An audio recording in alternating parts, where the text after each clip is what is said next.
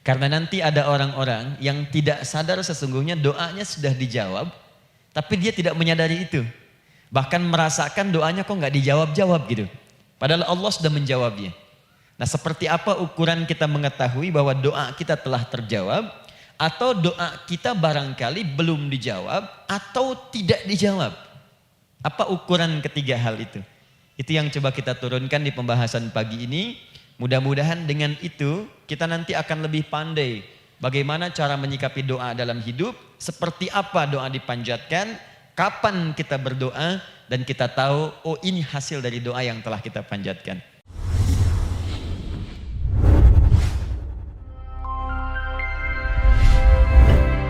Alhamdulillahi Rabbil Alamin Alladhi amarana bid-du'a Faqala Wa qala rabbukum ud'uni astajib lakum Fawa'adana bil-ijabati faqala Wa idha sa'alaka ibadi anni Fa inni qariba Ujibu da'wata ad-da'i idha da'an Wassalatu wassalamu ala rasulillahi alladhi وعدنا بالإجابة عندما ندعو إلى الله سبحانه وتعالى فقال من ضمن دعائه في أسماء الحسنى اقتداء من أصحابه صلى الله عليه وسلم أرأيت ماذا دعوت فقد دعوت بأسمائه الأعظم إذا دعي بها أجاب وإذا سئل بها أعطى اللهم صل وسلم وبارك على رسولك الكريم النبي الأمين وعلى آله وصحبه وأمته إلى يوم الدين أما بعد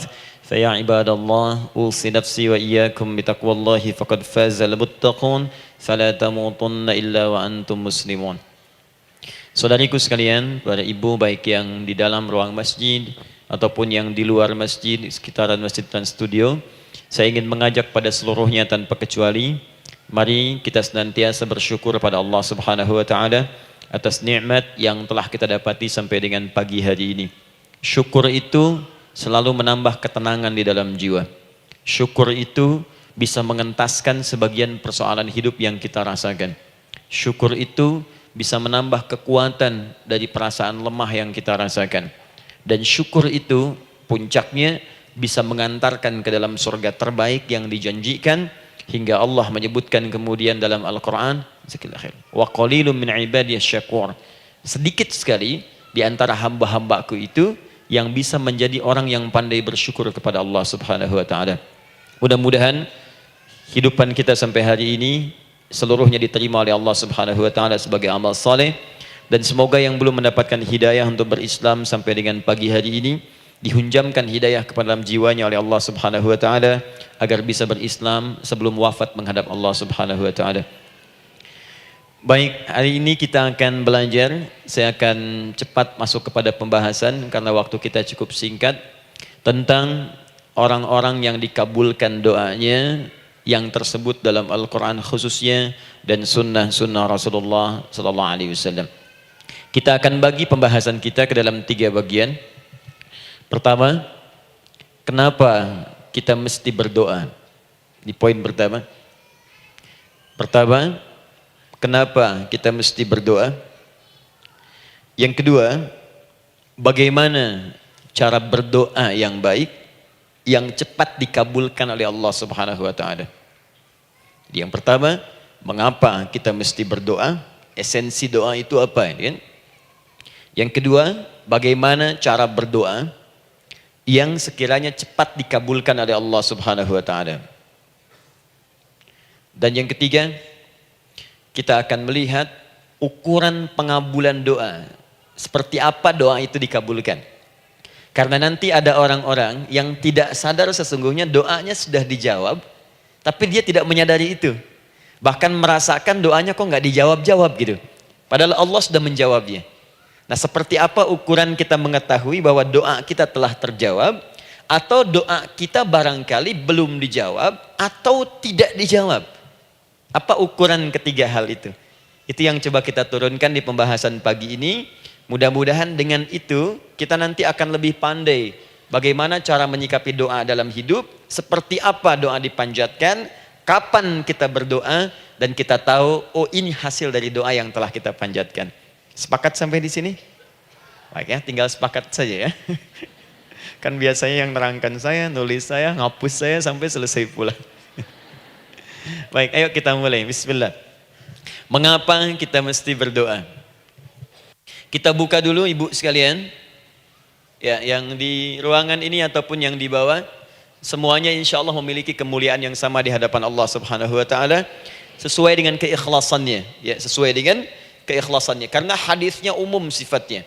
Man salaka tariqan yaltamisu fihi ilma sahhalallahu lahu tariqan ilal jannah. Siapa yang menyiapkan dirinya menempuh perjalanan dan dia meniatkan ingin belajar pengetahuan agama walaupun sedikit, maka dia akan dapat balasan dari Allah, minimal setiap langkahnya akan dicatat meringankan langkah dia ke surga nantinya.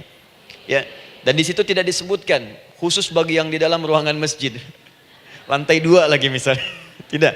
Ya, jadi yang di sekitaran, yang di depan semua berdasarkan niatnya, ya. Berdasarkan niat dan kuantitas amalannya. Di kuantitas itu tambah. Mungkin Ustadz belum datang, ibu ada yang berzikir, ada yang baca Al-Qur'an, ada yang istighfar, itu yang nambah pahala. Ya.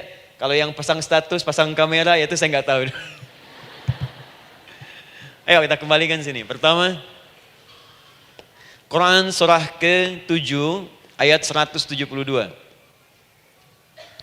Quran surah ke-7 Al-A'raf ayat 172.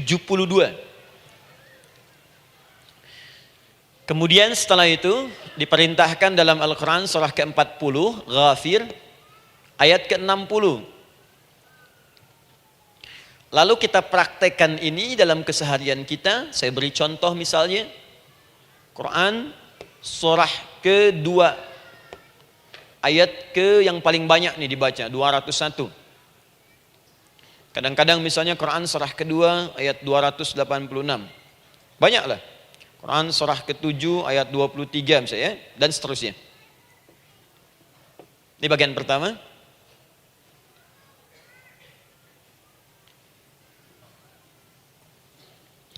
Bagian kedua, nanti kita akan belajar bagaimana cara berdoa yang baik yang dikabulkan. Kita ambil satu Quran kedua ayat 186. Kemudian yang kedua kita ambil contoh Quran surah ke-17 ayat 110.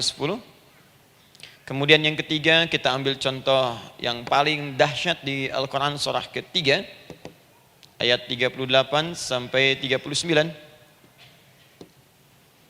Ada yang belum berdoa sudah dikabulkan. Masya Allah. Ini ada di Quran misalnya surah ke-3 ayat 31. Nanti turunan amalannya misal di Quran surah 51 ayat 15 sampai dengan 18. Saya bulati yang 18-nya. Bagian ketiganya nanti kita uraikan di bagian akhirnya. Baik, kita bisa mulai insyaallah. Baik, kita bagian pertama, mari kita mulai. Saya ingin berkisah sejenak dengan menyampaikan Quran surah ke-7 Al-A'raf ayat 172. Allah berfirman, A'udzubillahi minasyaitonir rajim, wa idz akhadha rabbuka min bani Adam min zuhurihim dzurriyyatahum wa ashhadahum ala anfusihim alastu bi rabbikum qalu bala syahidna. Ada ayatnya? Baik ya, di Quran surah ke-7 Al-A'raf ayat 172. Wa idz akhadha rabbuka min bani Adam. Kata Allah, dan ingatlah, pahamilah, pelajarilah, dalamilah. Teman-teman sekalian, ingat kalimat idz itu, idz dalam Al-Quran, termasuk dalam bahasa Arab, itu bukan sekedar mengingat. Idz itu bisa mengandung arti memahami dengan dalam. Menganalisis. Ya, memaknai itu idz. Jadi bukan sekedar mengingat. Bukankah ibu kalau mengingat sesuatu berusaha mendalaminya? Ya, kalau nggak percaya saya tanya begini. Coba ibu ingat kemarin jam 5 sore ada di mana? Bukankah sekarang sedang mendalami sesuatu? Sedang mencari memori jam 5 sore kemarin ada di mana? Setelah itu dihimpun jadi sesuatu lalu disampaikan dengan terstruktur, dengan rapi. Oh, kemarin saya ada di sini, di sini, di sini, mengerjakan ini. Itu idz dalam bahasa Arab. Kalau di Al-Quran ada kalimat idz. Itu berarti bukan sekedar kita diminta mengingat, tapi juga merenung, mendalami, memahami dengan dalam. Paham insyaallah? Baik, sekarang perhatikan. Nanti kalau ibu baca Al-Quran, maksud saya, ibu bisa menerjemahkan sendiri dan memahami dengan baik. Ya, misal kalimat idz pertama dalam Al-Quran misal ditemukan di Quran surah kedua ayat 30. Wa idz qala rabbuka lil malaikati inni ja'ilun fil ardi khalifah. Idz akan ditemukan. Nah, sekarang ayat tentang korelasinya dengan doa, kita buka Quran surah ke-7 tadi ayat 172. Wa idz akhadha rabbuk, dan pahami ya kata Allah, renungkan ya, maknai dengan dalam ketika Allah menyampaikan, membuat komitmen dengan semua anak cucu Adam tanpa kecuali. Semuanya. Ingat kalau ditemukan kalimat Bani Adam. Bani Adam disebutkan 7 kali dalam Al-Quran. Ya. Berapa kali? 7 kali. Kalimat Bani Adam. Bani Adam. Ini menunjuk pada semua keturunan anak cucu Adam sampai selesai kehidupan. Ya, dari Nabi Adam alaihissalam, kemudian pasangannya Sayyidah Hawa alaihissalam, kemudian keduanya mulai berumah tangga, melahirkan keturunan, diabadikan di Al-Quran surah keempat, ya, surah Ibu, ayat yang pertama. Ya ayyuhan nasu taqu rabbakumul ladzi khalaqakum min nafsin wahidah wa khalaqa minha zawjaha. Di situ kemudian ada Adam, zaujaha Hawa, ya, wa batha minhuma rijalan katsiran wa nisaa. Dari situ turun keturunan laki-laki perempuan, laki-laki perempuan. Nanti menyebar, Bu, ya, menyebar. Ada yang ke Chicago, ada yang di Chicago, ada yang di Singaparna, ada yang di Singapura. Semua nyebar. Ya, di Sunda, dari Jawa sampai ke Sumatera, sampai Indonesia, sampai Nusantara, sampai Asia, Eropa, sedunia. Nanti penyebarannya disebutkan di Quran surah ke-49 ayat ke-13. Ya ayyuhan nasu inna khalaqnakum min dzakarin wa untha. Hai manusia, semua saya ciptakan ada 2 jenis. Kalau bukan laki-laki itu pasti perempuan. Jadi tidak ada yang ketiga. Ingat ya? Kalau bukan laki-laki siapa? Perempuan. Jadi tidak ada misalnya, maaf, laki-laki yang keperempuan-perempuanan, yang gerakannya melambai, ya, kata-katanya terlampau lembut misal, dan tidak ada pula perempuan yang perkasa, ya, terlampau kuat misalnya, melampaui batas-batas standarnya. Jikalau bukan laki-laki pasti perempuan. 2 saja. Jadi kalau misalnya masih ada yang bingung, tentukan dirinya, ya, dan lihat fitrahnya. Lihat fitrahnya. Baik, kemudian waja'alnakum syu'uban wa qabaila. Kami tempatkan kalian mungkin beda-beda tempat. Syu'ub, beda tempat. Ya, ada yang misalnya RT, RW, kecamatan, beda kampung, beda negara, sampai seluruh dunia. Wa qabail, satu tempat itu sukunya bisa beda. Coba Ibu lihat misalnya, ya, di daerah Sumatera saja ada berapa suku? Di Sunda paling banyak suku, ya? Banyak sekali. Jadi bisa lain-lain, bisa beda-beda. Nah, lita'arafu, semua saling mengenal, silakan.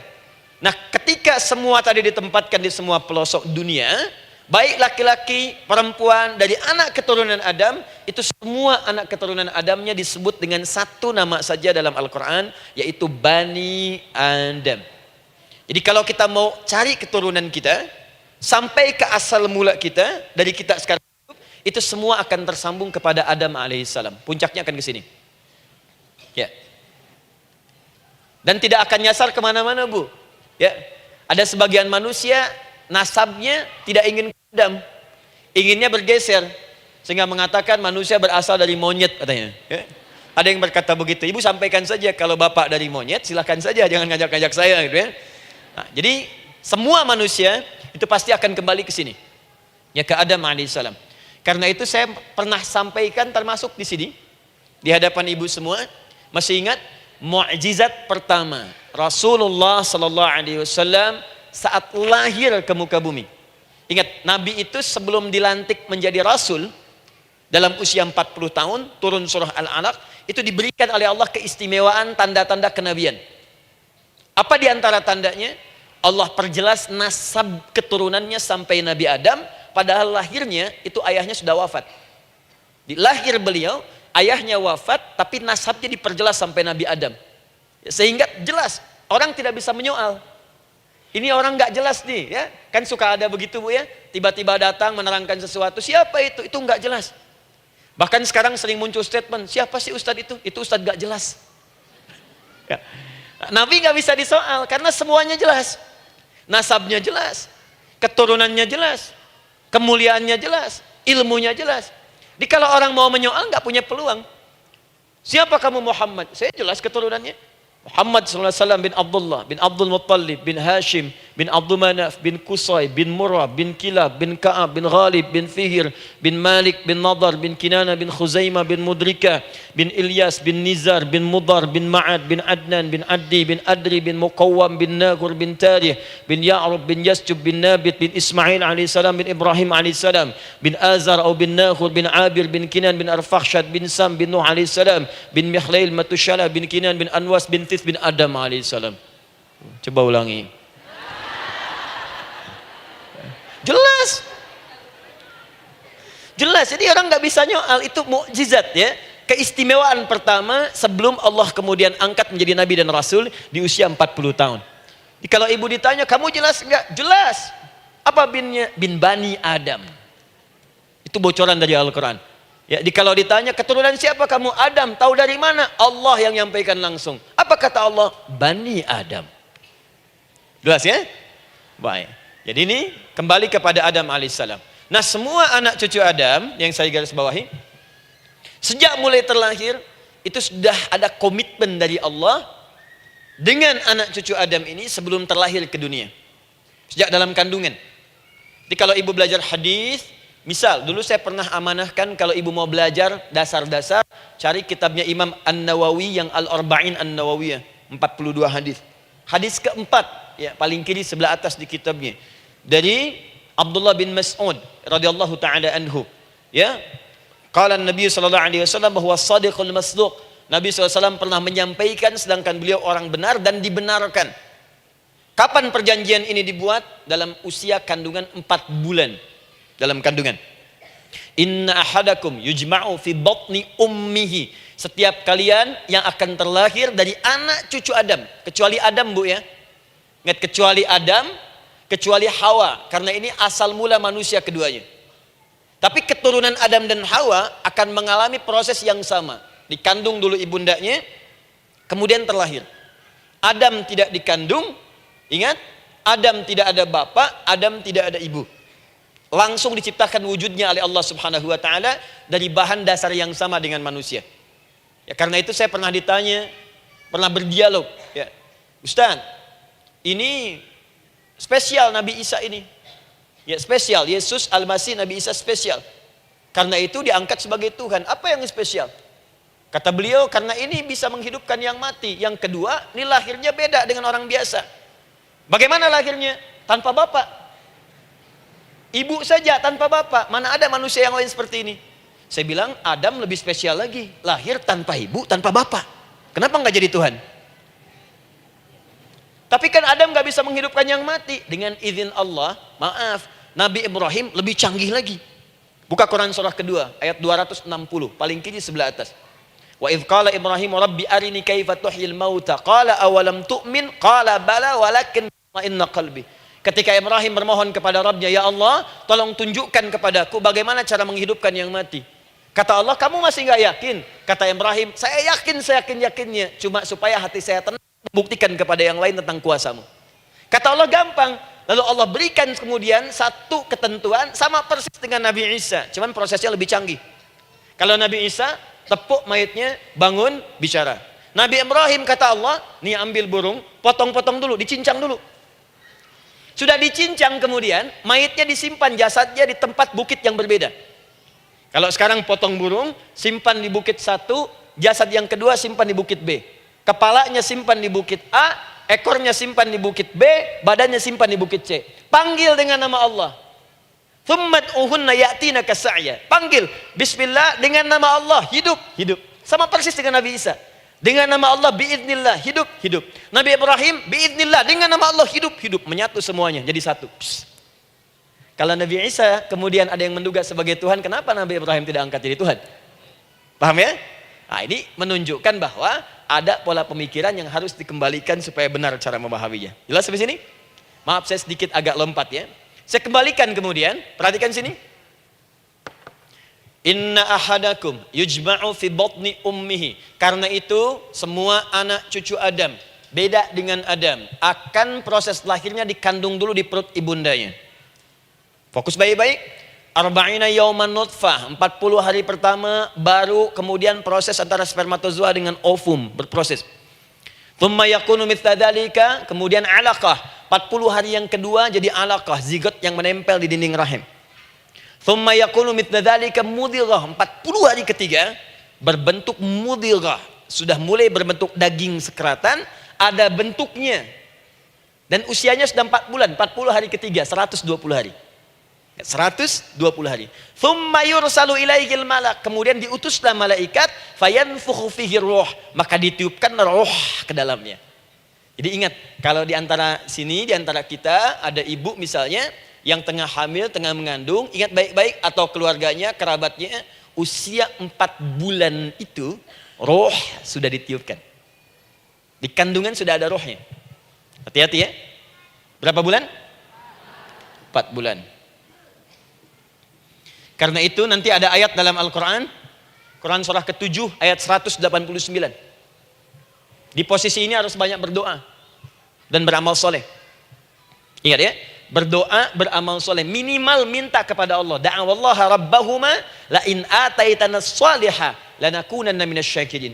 Minta banyak kepada Allah, ya Allah jadikan anak saya anak yang soleh, jadikan anak saya anak yang soleh. Dari usia itu 4 bulan sampai ke atas menjelang lahiran. Nanti diiringi oleh amal soleh kedua orang tuanya. Ini sudah penelitian dokter muslim, khususnya di Asia Tenggara. Saya diskusi dengan seorang dokter muslim, ternyata ada korelasi amal soleh yang dikerjakan kedua orang tua, ayah dan bunda, atau calon ayah dan bunda, kepada anak yang sedang dikandung, yang belum dilahirkan. Jadi kalau orang tuanya rajin baca Al-Quran, itu berpengaruh ke anak, Bu. Dan penelitian terkini, itu mempercepat anak itu menjadi seorang penghafal Quran ketika lahir. Ya, pernah satu kali dibacakan Al-Quran, posisi janin itu berubah. Seperti sujud gitu. Itu penelitian sudah di MRI waktu itu dilihat ya, kelihatan. Jadi ada korelasi antara kesolehan orang tua dengan kesolehan anak yang sedang dikandung. Hati-hati ya. Tapi yang penting diketahui adalah dalam usia kandungan 4 bulan itu disebutkanlah isyarat di Quran surah ke-7 ayat 172 terjadi perjanjian komitmen dengan Allah Subhanahu wa taala. Apa perjanjiannya? Wa idz akhadha rabbuka min bani adama min zuhurihim dzurriyyatahum wa asyhadahum ala anfusihim. Lihat perjanjiannya, saya fokus di kalimat ini, alastu bi rabbikum. Apakah engkau akan berkomitmen saat ini? Bersaksi? Karena kalimatnya bersaksi. Wa asyhadahum, dan mereka bersyahadat, bersaksi, komitmen. Di komitmennya menggunakan kata syahadat di sini. Karena itu nanti setiap bayi yang sudah terlahir dari rahim ibu manapun itu berada dalam keadaan suci karena sudah bersyahadat dalam perut ibundanya. Masih ingat hadis ini? Kullu mauludin yuladu 'alal fitrah. Setiap yang terlahir dari rahim perempuan manapun itu membawa fitrah. Apa di antara fitrah yang dimaksudkan itu? Fitrah keislaman, fitrah mengakui Allah sebagai Tuhan. Itu nanti ada di Quran surah ke-30 ayat ke-30, paling kanan sebelah atas. Quran surah 30 ayat 30.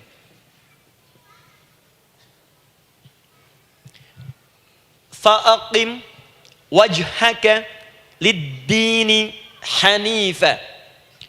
Hei setiap manusia, fa'aqim wajhaka, hadapkan, pasrahkan, arahkan dirimu sepenuhnya. Lid-dini, pada ketentuan ad-din, hanifa, dengan lurus. Di setiap manusia itu punya fitrah untuk beragama. Punya kecenderungan untuk mencari Tuhan. Silakan ibu cek, manusia manapun yang pernah hidup, itu pasti akan mencari Tuhan. Silakan. Karena itu Allah beri jalan, begini cara mencarinya. Fitratallahi allati fataran nasa 'alaiha, itulah fitrah manusia yang telah Allah berikan pada dirinya bahkan sebelum dia terlahir. Di antara fitrah manusia ada kecenderungan untuk mencari Tuhan. Ada kecenderungan untuk mendekat kepada Allah. Bahasa Qur'annya din, lid-dini hanifa. Apa itu din? Itulah Islam. Quran surah ke-3 ayat 19. Inna dina indallahil Islam. Karena itu silakan cek, semua orang itu pasti akan mencari Tuhan. Setiap manusia. Ada yang melihat kayaknya ada di hewan, kayaknya ada di pohon, kayaknya ada di alam, kayaknya ada di patung, kayaknya ada di... Mencari dia. Terus Allah beri jalan. Kalau kamu ingin mencari yang benar, din yang dimaksud Islam, diberikanlah tuntunan dalam Islam. Jelas sampai sini? Baik. Karena itulah kemudian setiap bayi yang terlahir itu disebut oleh Nabi dia suci, dia bersih karena telah membawa risalah Islam dalam dirinya. Hanya sayang nanti fa abawahu yuhawidanihi au yunassaranihi au yumajjisanihi. Lingkungan nanti akan merubah dia keluar dari fitrahnya. Bisa dipengaruhi, tiba-tiba berubah misalnya keyakinan. Bisa karena kejadian tertentu dia jauh dari Allah Subhanahu wa taala. Dia muslim, cuman karena kondisi tertentu, pekerjaan menjauhkan dia dari Allah, lupa sholat. Telenovela menjauhkan dia dari Al-Quran. WhatsApp, Facebook, media sosial melupakan dia dari ibadah. Coba ibu, kalau online setiap hari berapa kali dengan media sosial? Ganti status. Online dengan Allah berapa kali dalam sehari? Coba hitung. Online dengan Allah yang paling maksimal kan sholat fardu 5 kali. Kalau 1 kali 5 menit kali 5 cuma 25 menit. 25 menit online dengan Allah. Berapa menit online dengan media sosial yang tidak nyata? Dan cita-cita masuk surga. Ayo sini. Nah, saya belum selesai. Jadi yang pertama, dalam perjanjian 4 bulan ini, pertama ada komitmen bersyahadat menuhankan Allah. Tapi yang kedua, ini yang dahsyat.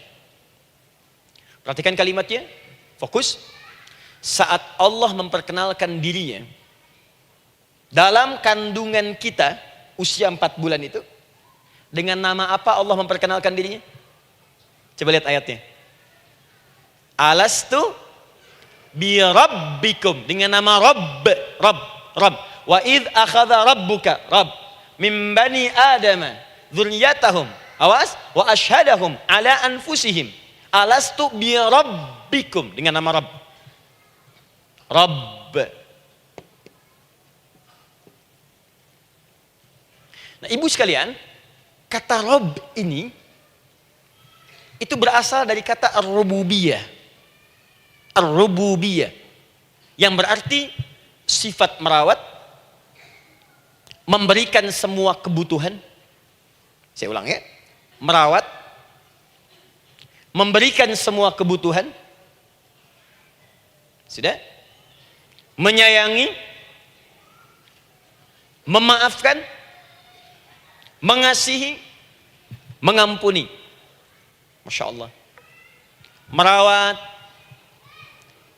memenuhi sebuah kebutuhan, menyayangi, memaafkan, mengampuni. Jadi semua hal yang terkait dengan perhatian ada pada kalimat Rabb. Sifatnya disebut dengan rububiyah. Zat yang memperhatikannya disebut dengan Rabb namanya. Rabbun. Baik. Pelan-pelan. Seakan-akan Allah ingin berkata begini. Hei, engkau buat perjanjian dengan saya sekarang. Engkau bersaksi, saya sebagai Tuhan. Siap bersaksi, menuhankan saya. Nanti ketika kamu lahir, apapun yang kamu butuhkan dalam kehidupan, aku akan berikan. Kamu akan saya rawat. Kalau sakit, kamu saya sembuhkan.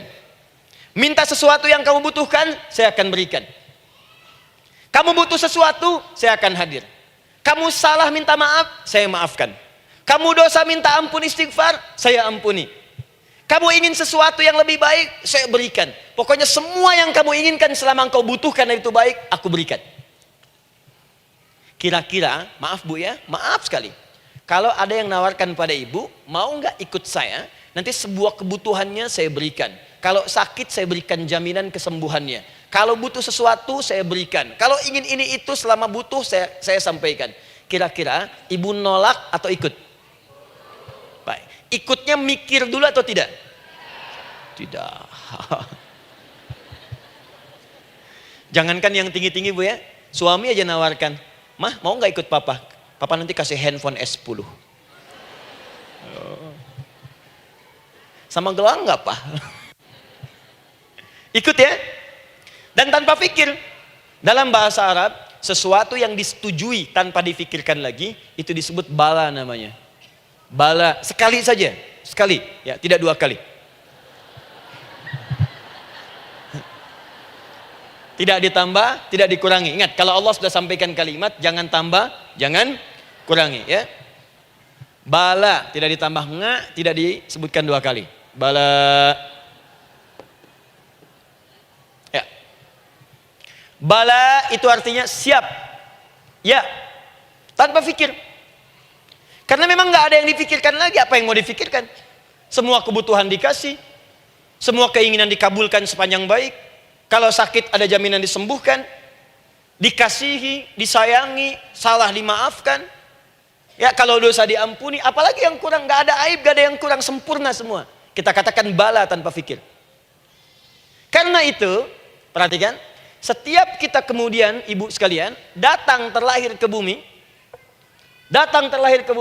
mengalami kehidupan, fitrah kita setiap mendapatkan kebutuhan, kita akan menyebut nama Allah Subhanahu wa Ta'ala dengan nama yang telah dijanjikan itu.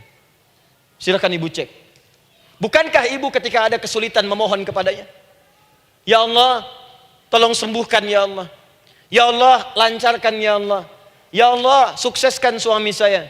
Ya Allah, tenangkan kehidupan rumah tangga kami. Ya Allah, anugerahkan solusi. Ya Allah, sembuhkan ibu saya. Semua minta kan? Dan dahsyatnya, ketika ibu memohon kepada Allah itu, ibu gunakan kalimat yang telah disepakati ketika Allah sampaikan kepada kita. Rabb, Rabb, Rabb. Perhatikan, kalau ibu berdoa, doa apa paling favorit? Rabbana atina fid dunya hasanah, fil akhirati hasanah, wa qina. Doa apa itu? Sapu jagat. Baik. Bu bayangkan, Nabi aja nggak tahu tuh istilah itu sapu jagat. Ibu tahu? Wah, Masya Allah, Indonesia kreatif. Luar biasa. Ada doa sapu jagat, nggak ada doa sapu nggak ada jagatnya, ada doa jagat nggak ada sapunya. Pokoknya luar biasa lah. Ya. Ya. Lihat, bukankah kalimatnya dibuka dengan Rabb? Rabbana atina fid dunya sana. Rabbana zalamna anfusana wa illam taghfir lana wa tarhamna lanakunanna minal la yukallifullahu nafsan illa laha ma kasabat wa 'alaiha mak. Perhatikan, Rabbana la innasina Rabbana Rabb. Ini ayatnya. Sapu jagat Quran surah 2 ayat 201. La yukallifullah Quran surah 2 ayat 286. Rabbana zalamna Quran surah 7 ayat 23. Yang ingin saya sampaikan, setiap kita butuh sesuatu, kita menyebut namanya dengan kalimat Rabb. Kenapa kita katakan Rabb? Karena Allah sendiri menyebutkan dengan kalimat Rabb. Alastu bi rabbikum, saya nanti adalah Tuhan yang akan memperhatikan kalian, menyayangi kalian. Saya Tuhan yang akan merawat kalian, memberikan semua kebutuhan. Makanya ibu tuh kalau ada persoalan nagih seakan-akan ke Allah. Ya Allah, kan engkau yang berjanji kepada saya. Engkau yang berjanji, engkau yang menepati ya Allah, karena engkau Tuhan. Kalau manusia, dia berjanji, dia yang mengingkari. Dia awali, dia yang akhiri. Tapi engkau beda ya Allah. Kenapa? Engkau berjanji, engkau yang menepati. Quran surah ketiga ayat 9. Innallaha la yukhliful mi'ad. Engkau yang berjanji, engkau yang menepati. Engkaulah awal dan akhir dari semua hal. Engkau mengatakan saya Rabb yang akan memberikan semua kebutuhan. Sekarang saya butuh ya Allah. Engkau berjanji akan menyembuhkan, sekarang saya sakit ya Allah. Engkau berjanji akan memberi solusi, sekarang saya sedang punya masalah ya Allah. Engkau berjanji akan memberikan kesuksesan, sekarang saya sedang menapaki itu ya Allah. Makanya ibu sebutkan kalimat Rabb, Rabb, Rabb, Rabb. Jadi sesungguhnya doa itu adalah fitrah dari setiap manusia karena mulai dibangun komitmen sebelum dia dilahirkan ke muka bumi. Jadi kalau kita bicara tentang doa, doa itu fitrah kehidupan bagi setiap manusia. Hidup. sekaligus penanda komitmen yang membedakan antara Khalik dengan makhluk, hamba dengan Allah, manusia dengan Tuhan. Kan Allah katakan, saya Rabb ya, saya yang ngasih, saya yang Tuhan. Berarti kita yang makhluk kan? Kita yang butuh kan? Allah yang memberi, kita yang butuh. Untuk membedakan mana yang butuh, mana yang ngasih, maka pembedanya adalah doa. Jadi kalau ada manusia yang gak pernah doa selama hidup, itu tandanya ada yang salah dengan kehidupannya. Karena seakan-akan dia gak butuh Tuhan. Sebab perbedaan manusia dengan Tuhan itu sebelum lahir, salah satunya ditunjukkan dengan sifat butuh kita kepada Allah. Makanya sekaya-kayanya orang itu pasti berdoa. Manusia paling kaya di muka bumi pun kalau besoknya mau ada pekerjaan atau proyek, dia berdoa dulu tuh. Ya Tuhan, tolong lancarkan proyek ini. Butuh. Pejabat setinggi-tingginya, kalau sudah mau mulai kemudian ada pemilihan, kalau mulai ada kebijakan, kalau mulai ada apapun berdoa juga. Itu tandanya butuh. Butuh. Di setiap manusia itu pasti butuh dengan Allah. Karena itu kalau ada manusia yang gak pernah berdoa selama hidupnya, itu langsung mendapatkan kecaman dari Allah dan dijamin akan masuk neraka yang paling dalam. Karena seakan-akan dia sedang gak butuh dengan Allah. Saya ulang ya, saya ulang. Doa itu fitrah hidup manusia yang sekaligus menunjukkan statusnya sebagai hamba. Jadi kalau ibu update status di media sosial, mulai sekarang tuliskan hamba. Hamba. Sudah. Mau sifatnya apapun tetap hamba. Ya, mau pejabat, mau orang kaya, mau cukup, mau macam-macam, mau ustadz, mau syekh, mau habib, tetap ujungnya hamba. Dan butuh penghambaan itu diwujudkan dalam bentuk doa. Muncullah Quran surah ke-40 ayat ke-60. Wa qala rabbukum, Rabb, selalu Rabb. Wa qala rabbukum ud'uni astajib lakum. Innal ladzina yastakbiruna an ibadati. Awas, sayadkhuluna jahannama dakhirin. Allahu akbar. Dan Rabbmu berfirman, mengingatkan kembali kepada kalian semua, hei hamba-hambanya. Kalau ada kebutuhan, kalau ada masalah, kalau ada permintaan, kata Allah, ayo doa sama saya. Minta. Kan kita sudah bikin perjanjian. Makanya Allah katakan kalau punya masalah, Bu, berdoa, bukan mengeluh. Kalau punya persoalan, Bu, berdoa, bukan bikin status. Rasanya aku tidak sanggup. Ditulis di Facebook. Apain? Terus kalimat Allahnya pun jelas. Minta kepadaku, bukan mengeluhkannya. Kamu tidak seperti yang aku kira. Nungguin komen. Sambil masak, celing ada satu. Ece kunaon. Makin meluas masalah.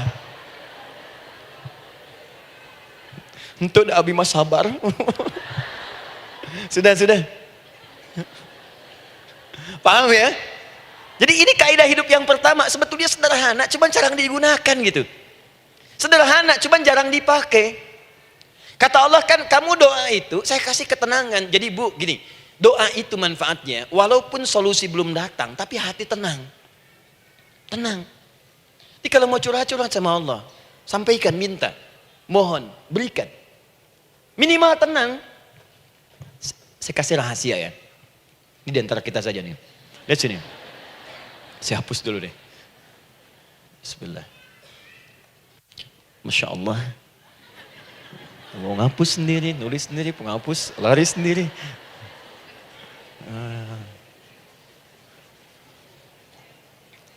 Bismillah. Oh ini ada dua ya, sini. Baik, buka Quran surat 7 ayat 205.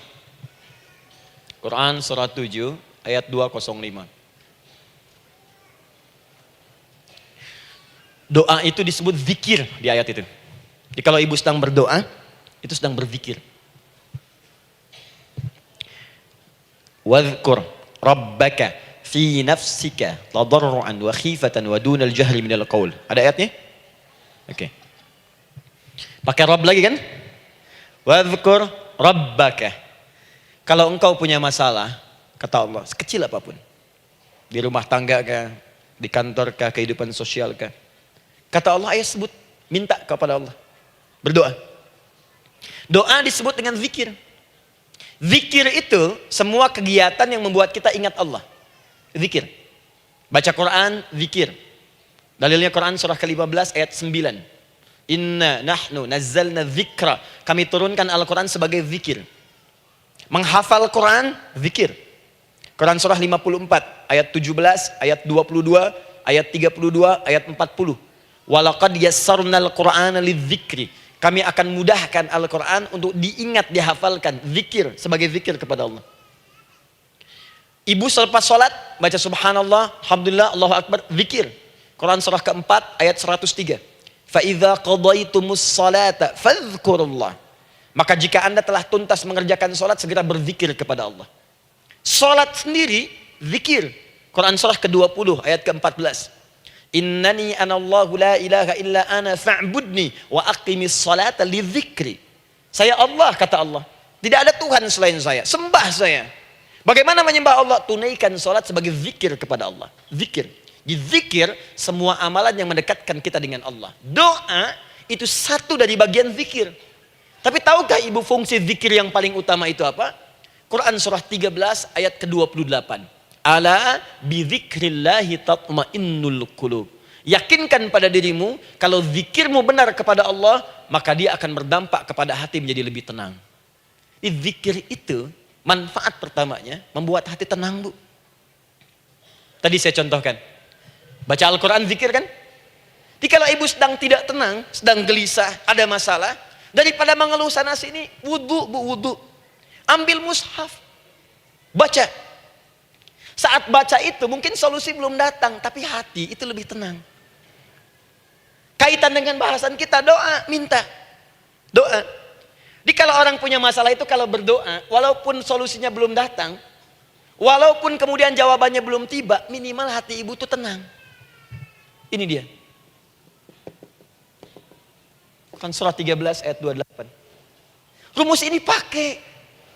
Gunakan dalam hidup. Karena yang tahu kehidupan kita itu Allah yang menciptakan kita. Yang tahu pesawat, yang bikin pesawat. Yang tahu handphone, yang bikin handphone. Yang tahu mikrofon, yang bikin mic-nya. Yang tahu kita, yang menciptakan kita.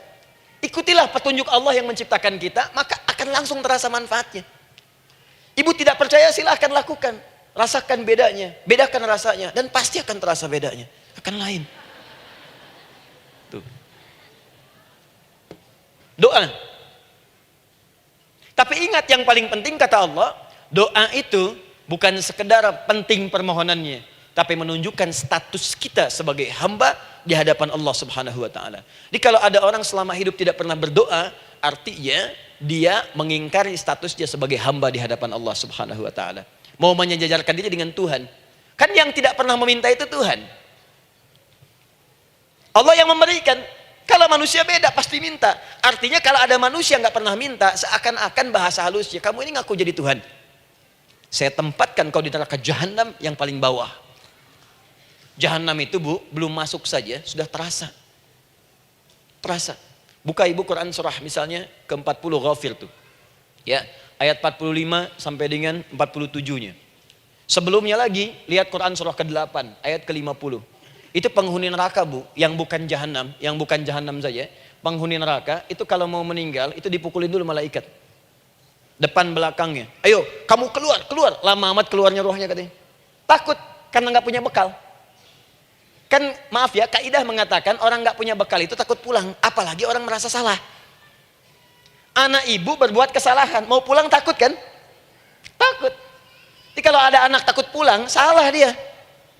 Salah. Kemana anak nggak pulang-pulang, pasti ada yang salah karena nggak berani pulang. Jangankan salah, nggak punya bekal saja, malu pulang. Lihat ibu waktu Ramadan usai, mau mudik, Idul Fitri. Kan pada mudik kan? Kenapa mau mudik dan senang mudik? Karena punya bekal, Bu. Dikumpul-kumpulkan tuh selama 11 bulan. Untuk 1 bulan saja. Itu pun paling berapa hari. Kumpulin. Terus telepon keluarga. Insya Allah aku pulang hari ini. Wah, senang semuanya. Padahal mudiknya cuma pakai motor, Bu. Motornya bebek, bekalnya singa. Serius saya, motor bebek bekas singa, ada kardus belakangnya. Tulisin, terus tambah pelepah pisang buat begini. Belakangnya ditulisin, aku pulang sayang. Jalan, mudik. Terus yang di rumah kan senang nerimanya. Kenapa? Karena ada yang pulang dan bawa bekal. Saya pernah tanya pada seseorang, kenapa anda nggak mudik? Nggak ada bekal Ustadz, nggak ada bekal, malu pulang. Kebayang nggak saat pulang menghadap Allah nggak punya bekal? Malu pulang, apalagi punya banyak salah. Jadi nggak mau keluar rohnya. Malaikatnya geram, dipukulin sama malaikat. Pukul depannya, pukul depan. Kamu ini cepat keluar, cepat keluar, cepat keluar. Keluar, keluar, keluar, keluar, keluar. Malu pulang. Tapi kalau punya bekal enak.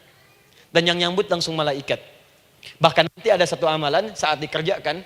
Itu orang ini sudah masuk surga. Tapi semua malaikat di semua pintu surga yang 8 itu datang mengunjungi dia mengucapkan selamat. Itu ada di Quran surah 13 ayat 24. Salamun alaikum bima sabartum fa ni'ma uqbaddar. Selamat ya saat di dunia sabar mencari bekal, dan ini bekal terbaik yang kamu dapatkan, silahkan nikmati surga yang kamu rindukan itu. Ini nikmat-nikmatnya tempat yang pernah nanti kamu kunjungi. Dan tinggal abadi di situ. Yang nyambut malaikat. Bayangkan semua malaikat, Bu. Semua malaikat dari pintu surga datang nyambut dia. Wah, Masya Allah, malaikat Jibril, Israfil, malaikat maut. Maaf ya, dicabut kemarin. Biasa, selamat, selamat, selamat, selamat, selamat. Dunia aja kalau ada yang nyambut senang kan? Rumah dicet, datang, sambut depan rumah, semua hidangan ada. Masya Allah. Bahkan yang tidak ada jadi ada. Luarnya kongguan, dalamnya rangginang gitu kan. Wah, muncul semua. Paham ya? Jadi ini bagian pertama. Jadi kita katakan kenapa manusia mesti berdoa. Jawabannya karena manusia itu hamba. Dan doa itu adalah fitrah, bagian dari kehidupan. Kenapa manusia mesti berdoa? Karena ada komitmen dari Allah. Setiap dia mendapatkan sebuah persoalan, maka Allah akan jawab dan berikan jawaban dari semua persoalannya. Jalan mendapatkan jawaban itu adalah doa. Kenapa manusia mesti berdoa? Karena dia butuh dengan Allah. Dan puncaknya, kenapa dia mesti berdoa? Karena Allah ingin membahagiakan kehidupan dunianya sebelum sampai keabadiannya di akhirat. Jadi ketika kita berdoa, sebetulnya kebaikan untuk kita karena Allah ingin kita bahagia. Ingin mudah hidupnya. Jadi kalau ada orang gak berdoa, sesungguhnya dia sedang menyulitkan diri sendiri dalam kehidupan dunianya sampai ke akhiratnya. Jelas sampai di sini? Masya Allah. Alhamdulillah.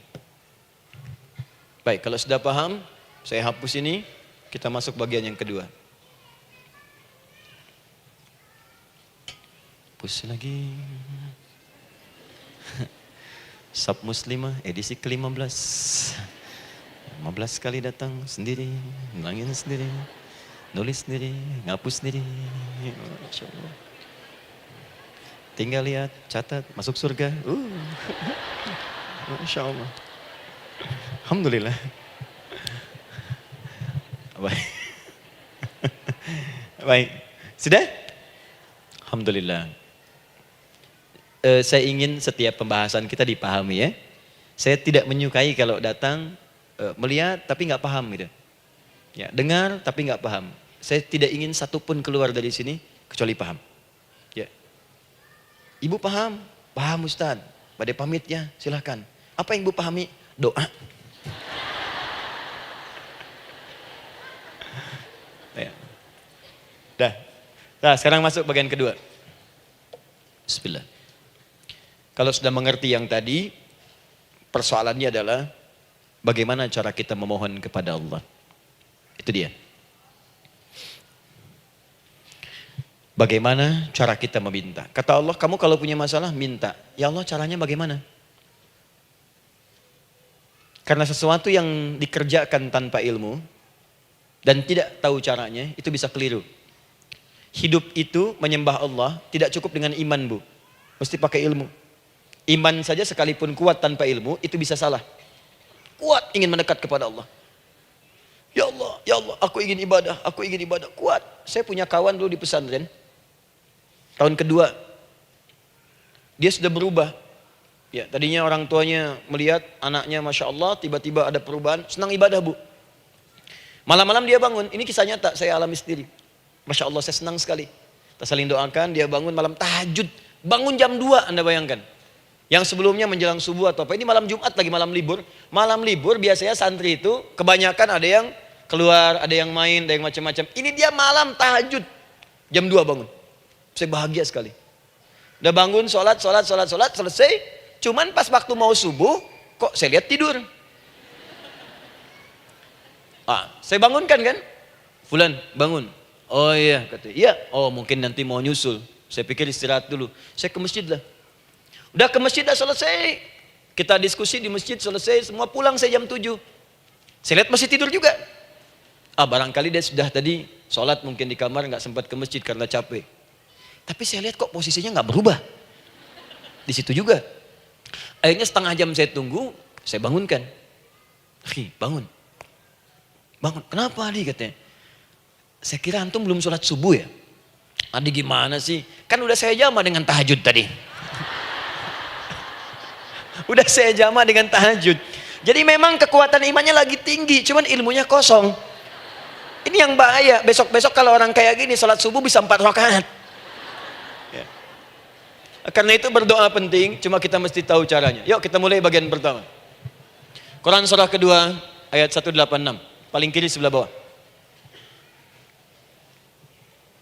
Sudah? Wa idza sa'alaka ibadi anni fa inni qarib. Fokus. Kata Allah, kalau hamba-hambaku Muhammad SAW bertanya kepadamu, minta petunjuk untuk mencari-cari aku. Tuh Bu, coba lihat. Ayat doa dibuka lagi dengan kalimat hamba. Untuk menegaskan status kita. Jadi kalau ditanya, kita siapa di hadapan Allah? Makanya gak usah sombong. Jangan sombong, karena kita cuma hamba. Karena itu ketika Korun sombong, Korun tuh manusia terkaya yang pernah hidup di bumi. Hartanya Bu, ini saya kasih bocoran sedikit, kunci berangkasnya saja, kemana-mana itu suka dibawa, dipikul paling sedikitnya 8 bodyguard, cuman bawa kunci berangkas saja begini. Di Korun pengen ngasih tahu, kalau ada yang pengen nyuri di tempat saya silahkan aja, ini aja bodyguard saya ngangkat kuncinya susah. Korun. Jadi kalau Anda tidak sekaya Korun, jangan ikutan sombong, telat. Telat, gak ada kerjaan, sudah ada yang lebih kaya. Ya. Dan apa yang terjadi? Fakhosabna kata Allah, kami telan. Likuifasi. Telan oleh bumi semua. Dengan kekayaannya semua habis. Jadi ketika ada seseorang yang lupa dengan statusnya sebagai hamba, maka Allah akan memberikan pelajaran kepadanya untuk taubat. Kalau nggak mau taubat juga, telan habis untuk menunjukkan kamu tuh bukan Tuhan, saya Tuhannya. Maka jangan ikutan sombong. Kalau ada yang baru punya Ferrari, Lamborghini, Lamborghini, ya, wow, bikin rame di jalan, cuman nggak update status, kasih tahu, maaf Mas, telat. Itu gambaran hidup. Dan ingat, setiap dibuka dengan kalimat permohonan, itu kalimatnya hamba. Hambaku, hambaku, hambaku. Termasuk mau minta taubat, hamba. Quran surah 39 ayat 53. Qul ya ibadiyalladzina asrafu ala anfusihim la taqnatu min rahmatillah. Katakan Muhammad pada hambaku yang merasa banyak dosa, pengen berdoa minta taubat. Kata Allah, hamba. Saya terima taubatnya, hamba. Ini ya. Ini pun adab yang pertama dari Al-Quran. Adab yang pertama, kalau kita ingin berdoa dan doa itu cepat ingin dikabulkan, maka berdoalah dengan cara menghamba di hadapan Allah Subhanahu wa taala. Jangan merasa tinggi.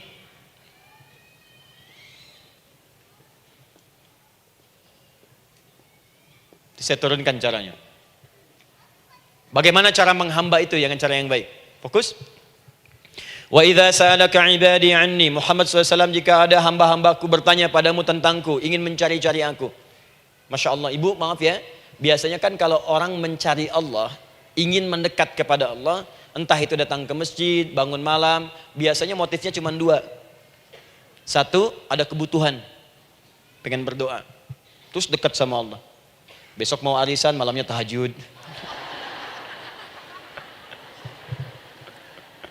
Anak mau ujian baru puasa, kan? Suami ada proyek, nah, baru baca Quran, kan? Terus itu biasa itu, biasa. Jadi fitrah Bu. Tumben jeng tahajud, fitrah. Itu biasa itu. Ya. Yang kedua, taubat dari maksiat. Taubat. Seorang taubat ke masjid, bangun malam, doa, itu biasa. Jadi kalau ada seperti itu tandanya kita hamba normal manusia. Fa inni qarib, kata Allah, katakan Muhammad SAW, katakan kepadanya, janganlah mencari, aku dekat. Dekat, jangan mencari, aku dekat. Jadi Bu, ketika kita butuh Allah, langsung dijawab oleh Allah. Kamu mau apa? Aku dekat. Itu secara psikologi memberikan ketenangan yang paling dalam. Saya belum datang di sini sampai jam 8. Ibu tanya panitia, ustadznya mana sih? Ukhti, ustadznya mana? Jawaban pertama misalnya, ini belum jelas nih ustadznya. Gak ada kabar. Yang kedua mengatakan, tenang saja, ustadz sudah dekat. Maka yang kedua itu lebih menenangkan kepada kita. Ketika ibu mencari, ya Allah, saya sedang ada masalah, langsung dijawab oleh Allah. Tenang, aku dekat denganmu. Mau minta apa? Itu Bu, jadi kalau ibu sedang punya persoalan, psikologi Al-Quran mengatakan, langsung merasakan Allah itu bersama kita, dekat, menunggu kita mau minta apa. Ibu punya masalah dengan suami, ingin mengadu. Lu kata Allah, saya dekat, kamu kenapa? Ada masalah apa? Ayo minta, ayo cerita. Mohon. Ibu punya masalah dengan anak. Ibu punya masalah dengan tetangga, di pekerjaan, kehidupan sosial. Kata Allah, saya dekat. Nah, perasaan itu hadirkan dalam jiwa kita. Ini sekarang jarang didapatkan. Jadi kalau ada masalah itu, hal pertama yang dilakukan itu belum ingat Allah, itu masalahnya. Di kebanyakan manusia itu kalau punya masalah, selalu ingin yang pertama itu solusinya. Bukan Allahnya. Kan pemilik solusinya Allah. Jadi kalau kita ingat pada yang memiliki, maka apapun yang kita minta akan diberikan. Bahkan ada orang yang saking ingatnya dengan Allah, sebelum minta sudah dikabulkan. Itu yang dahsyat. Nah, sekarang setelah kita paham tentang kedekatan ini, kemudian kita praktekkan. Jadi Bu, ya maaf ya, ketika ibu punya masalah apapun, yang pertama diingat Allah. Allah, Engkau telah berjanji, Engkau pasti akan tepati. Ya Allah, sekarang aku ada persoalan. Nah, sekarang teruskan ayatnya. Ujibu da'watad da'i idza da'an. Ujiba.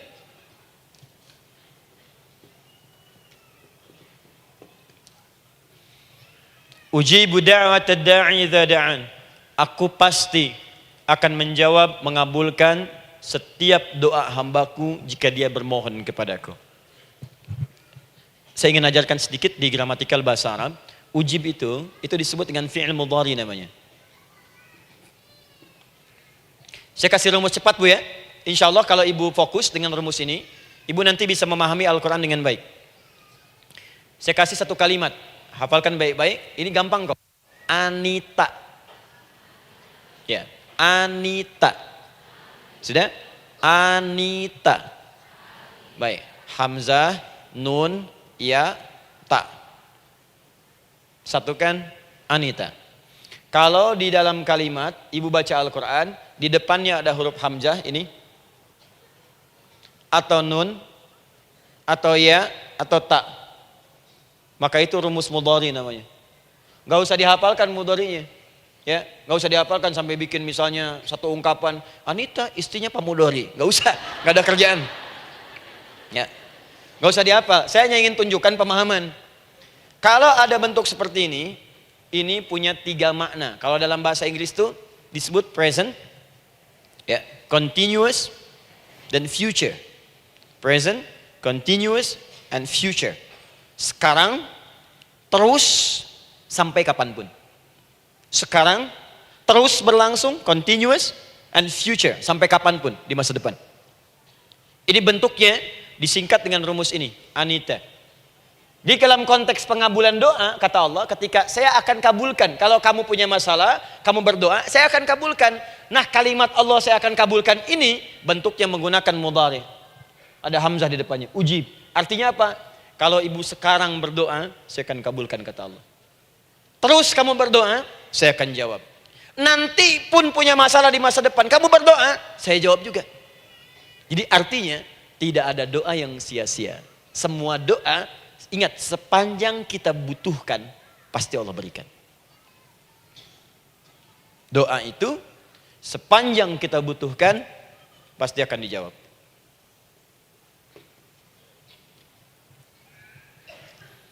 Nanti kapan dijawabnya, seperti apa jawabannya, nanti bagian ketiga. Kadang-kadang minta sekarang, dijawabnya nanti. Minta sekarang, dijawab sekarang. Ada yang mintanya A, dijawabnya B. Itu yang paling dahsyat. Ya. Jadi kalau saya tanya, kalau kita berdoa, dijawab tidak oleh Allah?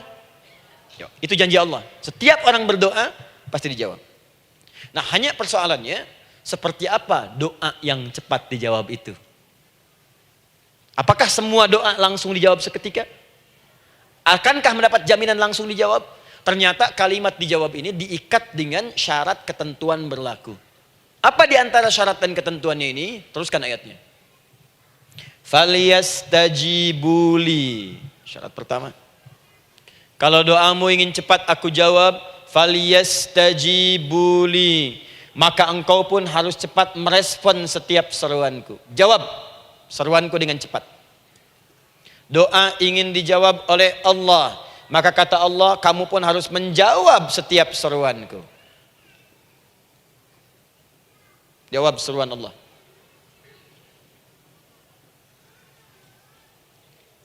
Ayo respon, adil.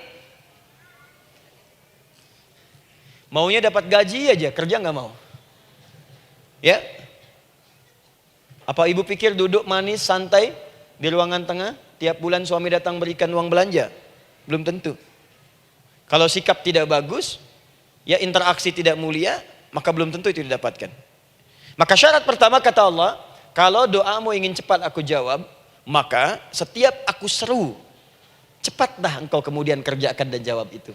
Jadi ternyata seruan Allah itu terkait berkelindan dengan pengabulan doa.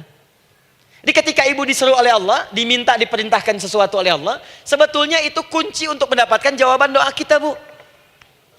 Dipanggil kita, ayo cepat datang ke sini, mau minta apa? Minta, saya kasih. Apa di antara kunci doa itu, Ustaz? Yuk kita lihat. Adalah jawaban dari seruan Allah. Apa di antara seruan Allah itu? Saya beri contoh satu misalnya. Allah perintahkan kita untuk sholat. Bahkan diseru, diingatkan 5 kali dalam sehari. Sholat. Bukankah kita diseru, Bu? Dipanggil 5 kali sehari untuk sholat? Allahu Akbar, Allahu Akbar. Ya? Diingatkan kan? Ayo ingat Allah, ingat Allah, ingat Allah, ingat Allah. Allah Maha Agung, Maha Besar semuanya, dan seterusnya.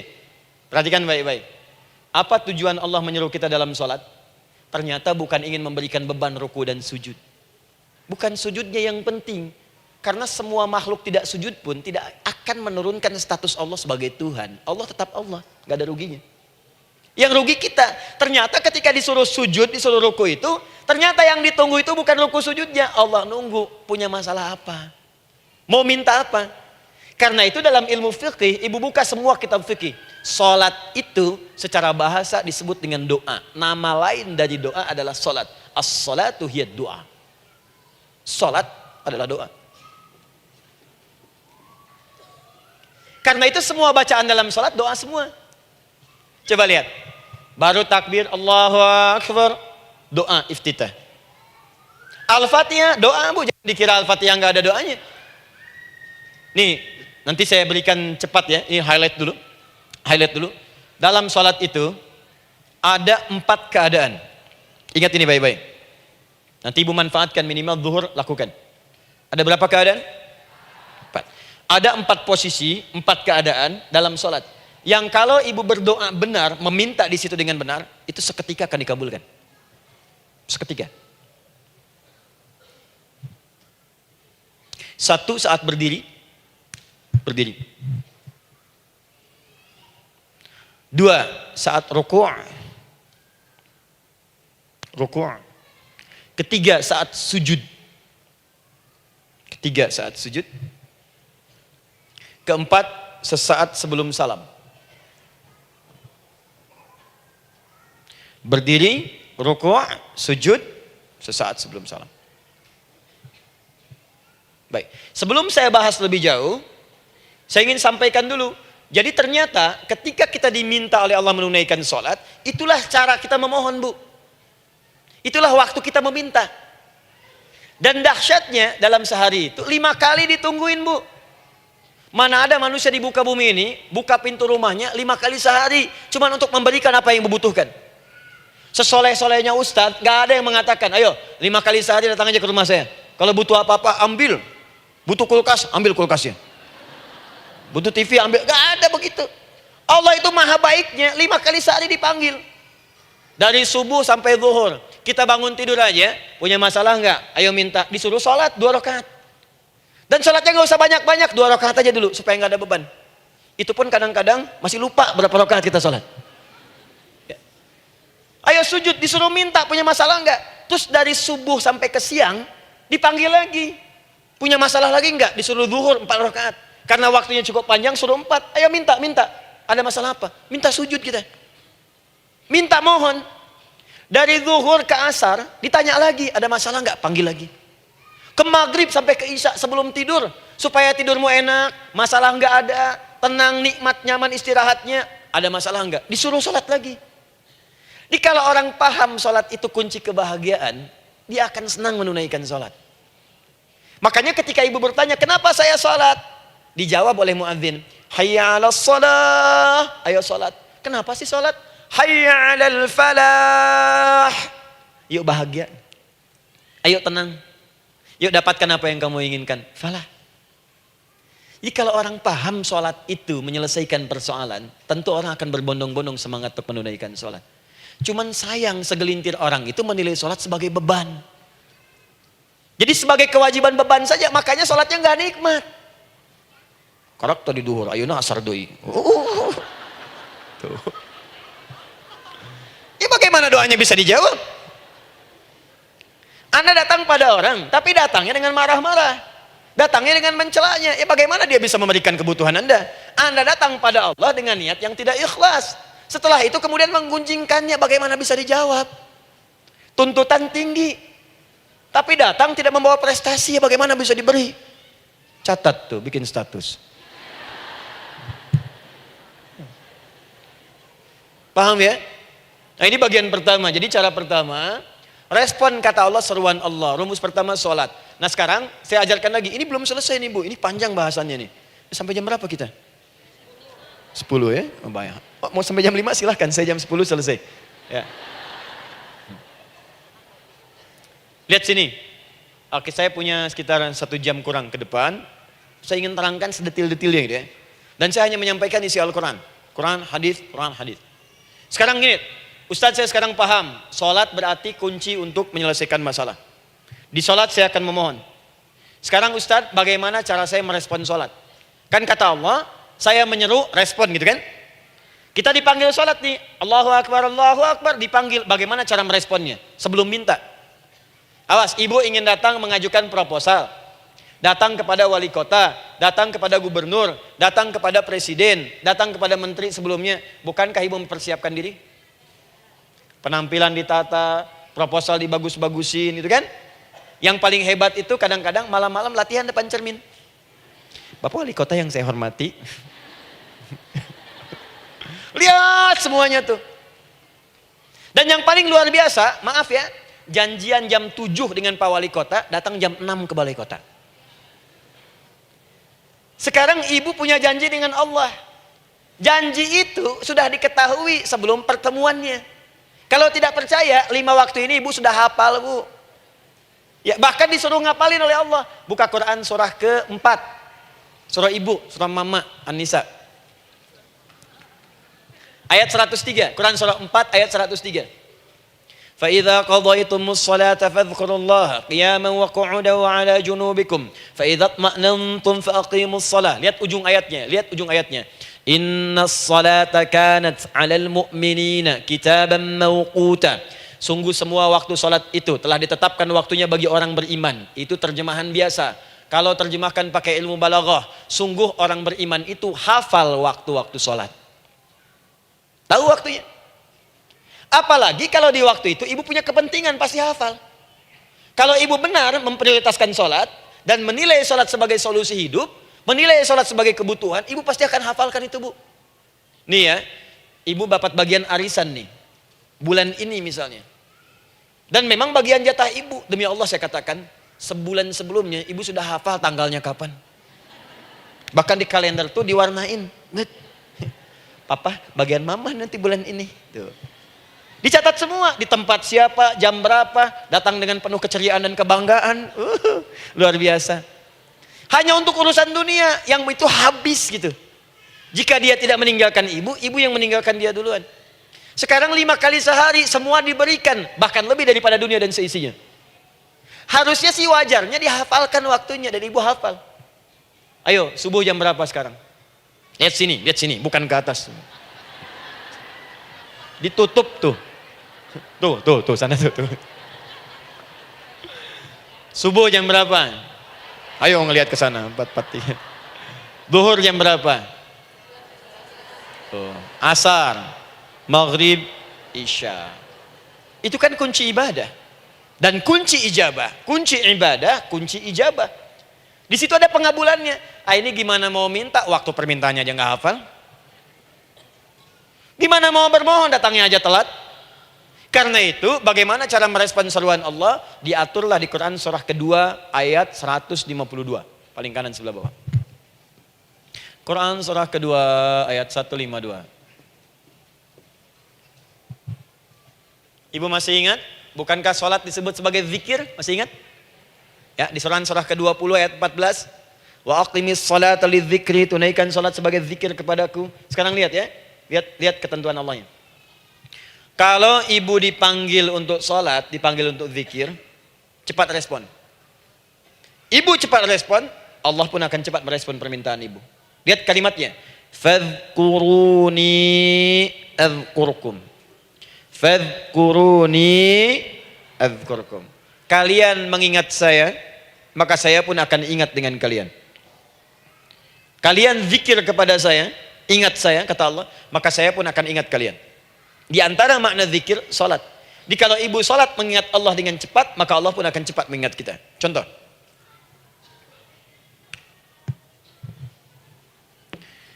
Saya ambil waktu subuh misalnya. Di Bandung 4:33. 4:43. Oh, lihat kesan lagi terjadi perbedaan pendapat, ya. Ada yang 4:33, ada yang 4:34, ada yang 4:35 dan seterusnya. Yang ambil tengah-tengah lah, 4:35 misalnya. Orang 4:35. Lihat sini, fokus. Allahu Akbar, Allahu Akbar. 4:35. Dipanggil salat, diseru. Kan tadi rumusnya di Quran surah 2 ayat 186. Faliyastajibuli. Kalau diseru cepat jawab, gitu kan? Nah, terus diseru 4:35 adzan. Allahu Akbar, Allahu Akbar. Begitu diseru, ibu langsung datang. Ya Allah, sudah adzan, seruan nih, saya siap-siap, saya ingin minta sesuatu. Nah, orang yang datang saat dia diseru Allah, dia pun datang kemudian untuk menyerunya, maka Allah pun akan menjawab apa yang ia mohonkan saat ia bermohon kepadanya. Perhatikan, dipanggil oleh Allah lewat suara muadzin, Allahu Akbar, dia merespon cepat, siap salat. Maka dia pun ketika memanggil Allah, seketika Allah pun akan jawab padanya. Sesuai dengan kadar responnya. Dipanggil saat itu, dia menjawab. Maka Allah pun akan ingat kepadanya hanya saat dia memanggil saja. Di saat panggil, diingat. Panggil, diingat. Jelas? Ini yang hebat. Dipanggil 4:35. Allahu Akbar, Allahu Akbar. Dia sudah ingat dari sejak jam 3:45. Dia bangun jam 3. Bisa. Padahal belum dipanggil. Datang. Bahkan Masya Allah, melakukan warming up dulu. Tahajud. Istighfar. Baca Al-Quran sebelum dipanggil. Masya Allah Bu, ibu mau datang misalnya ke istana. Janjian jam 7, datang jam 6. Di situ ibu kerjakan yang baik-baik dulu. Wah lihat. Terus kelihatan CCTV kan. Wah ini orang bagus banget nih. Mulia, bagus. Sampah diambilin, disapu. Kelihatan. Itu ibu belum datang pun udah dipanggil duluan. Ada orang yang belum dipanggil sudah datang menghadap Allah. Tahajud dia, zikir dulu, istighfar dulu. Ini orang, maaf ya, walaupun dia belum memanggil Allah, Allah sudah menyelesaikan semua persoalannya. Di orang-orang yang selalu ingat kepada Allah, walaupun Allah dalam waktu tidak memanggilnya, maka Allah akan mengingatnya sekalipun orang ini belum bermohon kepadanya. Maka ibu nanti akan temukan orang-orang yang langsung diselesaikan persoalannya oleh Allah bahkan sebelum dia bermohon kepadanya. Ada orang yang seakan gak punya masalah Bu. Bukan nggak punya masalah, sebab setiap dia punya masalah, masalahnya diringankan oleh Allah. Bisa akan-akan nggak ada beban. Ah, ini indah hidupnya. Enak. Butuh sesuatu, sebelum nyari, datang. Ada persoalan, senyum dikit, selesai. Orang macet mengeluh, bikin status, dia macet malah senang. Dan hatinya dilapangkan oleh Allah. Bayangkan ada janji rapat jam 9, setengah 9 masih macet. Diprediksi di Google akan sampai 2 jam lagi. Yang lain mengeluh, telepon sana, telepon sini, ini. Dia nggak aja, lapang aja. Alhamdulillah ya Allah, kasih macet. Murotal, saya mau dengerin surah Al-Baqarah. Buka, hafalin. Partnernya nelpon. Sampai di mana, akhi? Ini sampai di surah Al-Baqarah ayat 186. Tidak ada yang sia-sia dari Allah. Sabar ya di sana. Ya, atau kita bisa koneksikan dari sini, apa yang bisa saya selesaikan sekarang di sini, sehingga sampai sana kita tinggal kesimpulan saja. Tenang hatinya.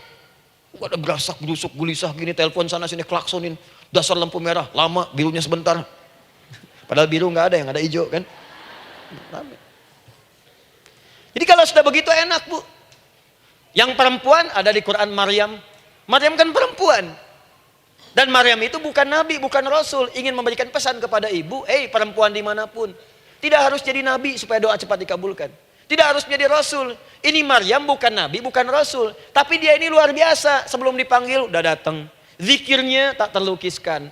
Mohon kepada Allahnya luar biasa. Menjaga diri dari hal yang dilarang oleh Allah. Apa hasilnya? Sebelum diberikan bahkan oleh pamannya, sudah ada kebutuhannya. Quran surah ketiga ayat 37. Kullama dakhala 'alaiha Zakaria al-mihraba wajada 'indaha rizqa. Setiap pamannya mau memberikan kebutuhan Maryam sudah ada di dalamnya, Bu. Sudah ada. Itu luar biasa. Mau makan, makanan ada. Mau anggur, anggur ada. Ya. Wah, itu luar biasa, Bu. Jadi bermohon bahkan sebelum waktunya. Sentuhlah ia tepat di hatimu, maka ia akan jadi milikmu untuk selamanya. Wah. Nah, itu doa tuh. Aduh, mana-mana. Paham? Tuh. Jadi kalau yang standar-standar saja itu biasa. Maka datang sebelum waktunya. Datang. Atau datang pas dipanggil. Standar. Jadi kalau 4.35 adzan, Allahu Akbar, Allahu Akbar. Ibu bangun. Siap sholat, siap sholat. Itu standar. Yang dulu bahagia. Naikin lagi levelnya. Yang celaka itu ya ini nih. Dipanggil 4.35. Baru bangun 5.34.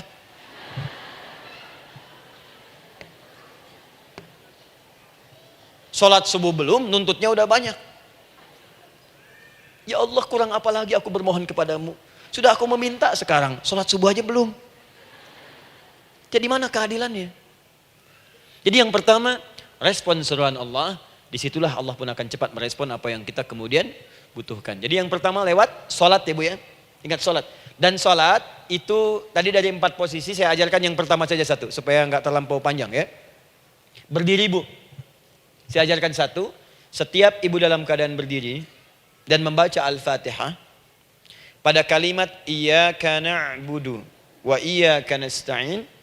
Ingat, pada kalimat iyyaka na'budu wa iyyaka nasta'in, maka sertakanlah di hati kita apa persoalan yang dirasakan untuk bermohon kepada Allah.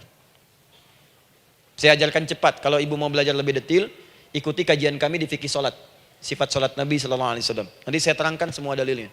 Insya Allah sepanjang yang saya ketahui. Baik, dasarnya Quran surah ketiga ayat 38 sampai 39. Dan dikuatkan nanti di hadis qudsi. Ibu kenal Nabi Zakaria? Ya kenal ya. Ya selamat lah Bu. Alhamdulillah. Episode ke-15 kenal Nabi Zakaria, luar biasa. Alhamdulillah. Nabi Zakaria punya persoalan, sudah berumah tangga, belum ada keturunan, fisiknya sudah letih, rambutnya sudah memutih, dan mohon maaf istrinya divonis menopause dan mandul. Secara medis klinis. Apa yang beliau kerjakan? Sholat. Dalam sholatnya bermohon kepada Allah. Perhatikan permohonannya. Qala rabbi habli min ladunka dzurriyyatan thayyibah. Ya hunalika da'a Zakaria rabbah. Qala rabbi habli min ladunka dzurriyyatan thayyibah. Innaka sami'ud du'a. Ya Allah, aku bermohon kepadamu, anugerahkan aku keturunan. Semua mengatakan aku gak mungkin punya keturunan. Hanya engkau yang tidak punya batas dalam pemberian. engkau pasti mendengar doa saya. Kalau pada yang maha mendengar tidak mengabulkan juga, lantas kepada siapa lagi aku mesti memohon? Doa ini dipanjatkan oleh beliau dalam keadaan sholat. Sedang berdiri dalam sholatnya. Jadi ibu maaf ya, tolong jangan salah berpikir. Semua nabi dan rasul, orang soleh sebelumnya itu sholat. Cuma kita lebih sempurna gerakan dan jumlahnya, sempurna. Orang dulu sholat. Nabi Musa sholat, Quran surah 20 ayat 14. Nabi Isa sholat, Quran surah 19 ayat 31 sampai 33. Nabi Ismail sholat, Quran surah 19 ayat ke-55. Semua sholat. Sholat. Nabi Zakaria saat punya masalah, sholat. Dalam berdirinya minta dalam sholatnya. Dari mana Ustadz tahunya beliau minta dalam berdiri dalam sholat? Ayat 39-nya baca. Quran surah ketiga ayat 39. Fanadatsul malaika, maka doanya itu dijawab oleh Allah. Datang malaikat menyampaikan jawaban. Wa huwa qaimun yusalli fil mihrab. Sedangkan beliau masih berdiri dalam sholatnya di mihrab. Masih berdiri dalam sholat. Sholat. Di dalam sholat itu minta. Makanya semua bacaan sholat itu permintaan isinya. Dan dikabulkan oleh Allah. Anallaha yubashshiruka bi Yahya. Allah kasih kabar gembira, engkau akan punya anak, langsung namanya dari Allah Yahya. Artinya hidup yang mustahil menurut manusia. Lahir dari rahim seorang perempuan yang divonis monopos dan mandul menurut medis. Kata Allah tidak ada yang mustahil bagiku. Lahir dan hidup dia, Yahya. Kapan terjadinya? Sedang sholat. Kapan saat sholatnya? Berdiri. Nah yang paling menarik bu, umatnya Nabi Muhammad SAW ditunggu oleh Allah 5 kali dalam sehari. Dan dimintakan sebelum sholat untuk menyiapkan permohonannya. Maka turunlah Quran surah kedua ayat ke-45. Ibu lihat ayatnya. Wasta'inu bis-sabri was-salah. Bahkan ditegaskan lagi. Di Quran surah kedua ayat 153. Paling kanan sebelah bawah. Ya ayyuhalladzina amanu ista'inu bis-sabri was-salah. Yang pertama, nggak pakai panggilan iman. Wasta'inu, kata Allah, hey, kalau kamu punya masalah, jangan mengeluh, jangan berkeluh kesah, jangan terlampau banyak gelisah, cepat siapkan dirimu untuk menunaikan sholat. Siapkan permohonanmu, minta kepada aku lewat sholat. Kalau belum yakin, disebutkan imannya. Ya ayyuhalladzina amanu, hey orang-orang yang masih merasa punya iman, katanya punya iman. Jadi kalau ibu nggak mau minta lewat sholat, dipertanyakan imannya. Kamu punya iman gak? Kata Allah. Yakin gak dengan saya? Kalau punya masalah jangan mengeluh. Datang pada saya minta. Lewat sholat, saya panggil sholat minta. Kalau masih merasa punya iman. Tuh, iman kita tuh dipertaruhkan di situ. Nah sekarang, saya berikan rumus bahasanya. Allah memanggil kita dengan bentuk jama, perintah jama. Wasta'inu, wasta'inu. Itu bentuk perintah. Wasta'inu, bentuk perintah.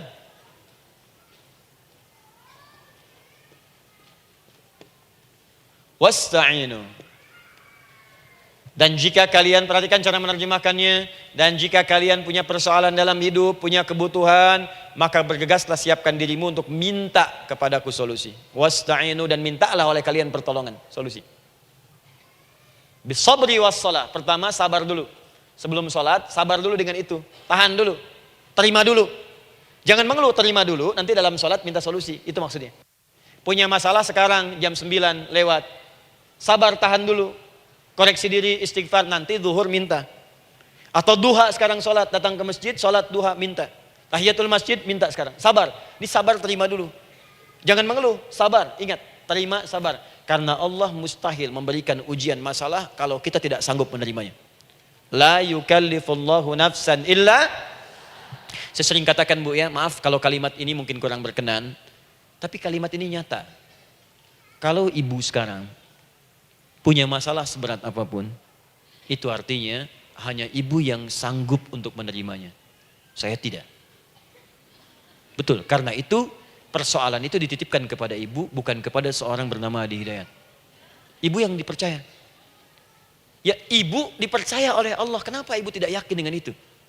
Karena cuma ibu yang bisa mengatasi. Ibu yang mampu, saya tidak. Karena itu dititipkan pada ibu. Kaidahnya la yukallifullahu nafsan illa wus'aha. Allah nggak akan berikan beban ujian masalah kalau dia nggak mampu. Artinya kalau saya nggak mampu, saya nggak dikasih. Ibu mampu, ibu diberi. Jangan mengeluh. Kenapa mesti saya ya Allah? Kamu mampu. Ya Allah, why me? Why not? Kamu yang bisa. Nah sekarang, wassalah setelah terima itu, tapi juga jangan terlampau kepedean. Memang cuma saya yang mampu ya bikin status. Kemudian sholat, kita akan katakan, ya Allah, Engkau perintahkan saya untuk minta tolong. Sekarang saya akan minta kepadamu. Lalu kita katakan, maaf ya Allah, saya sekarang punya masalah. Saya ingin bermohon kepadamu. Saya ingin minta kepadamu ya Allah. Saya mohon ya Allah. Maaf Bu ya, maaf ya, sebentar. Ibu kalau punya masalah sedikit atau banyak? Banyak. Yang punya masalah ibu saja atau anak juga punya masalah? Kadang-kadang, bukankah anak yang punya masalah ibu yang minta? Bukankah suami yang punya persoalan ibu yang bermohon? Kan? Karena itu, kalau kita ingin memohon kepada Allah dengan persoalan yang kompleks mewakili yang banyak, maka pertama kalimatnya diawali dengan huruf na. Berarti kami, kita, semua. Jelas ya?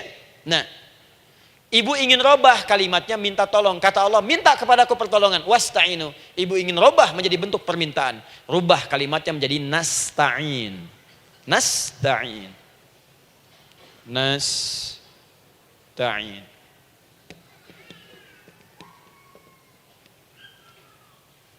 Wasta'inu nasta'in.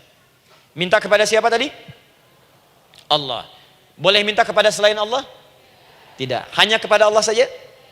Hanya kepada Allah saja. Hanya kepadamu ya Allah. Tidak kepada yang lain. Maka kalimatnya menjadi iyyaka. Iyyaka.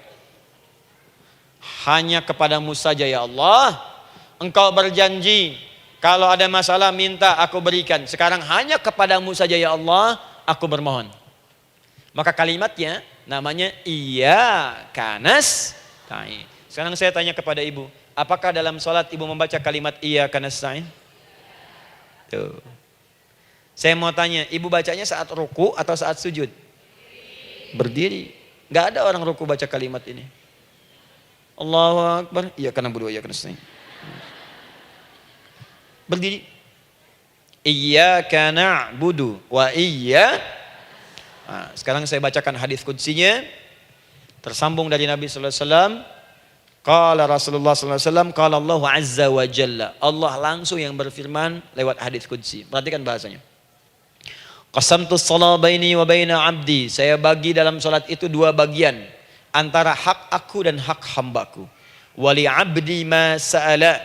Dan jika benar hambaku menunaikan kewajibannya dengan baik, menjaga hak-hak aku, maka pada saat itu apapun yang dia minta dalam salat aku akan berikan. Apapun.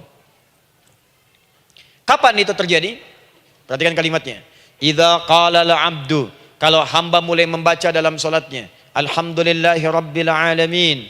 Alhamdulillahi rabbil alamin. Qala Allah azza wa jalla, seketika Allah menjawab, hamadani 'abdi, hambaku sedang memujiku.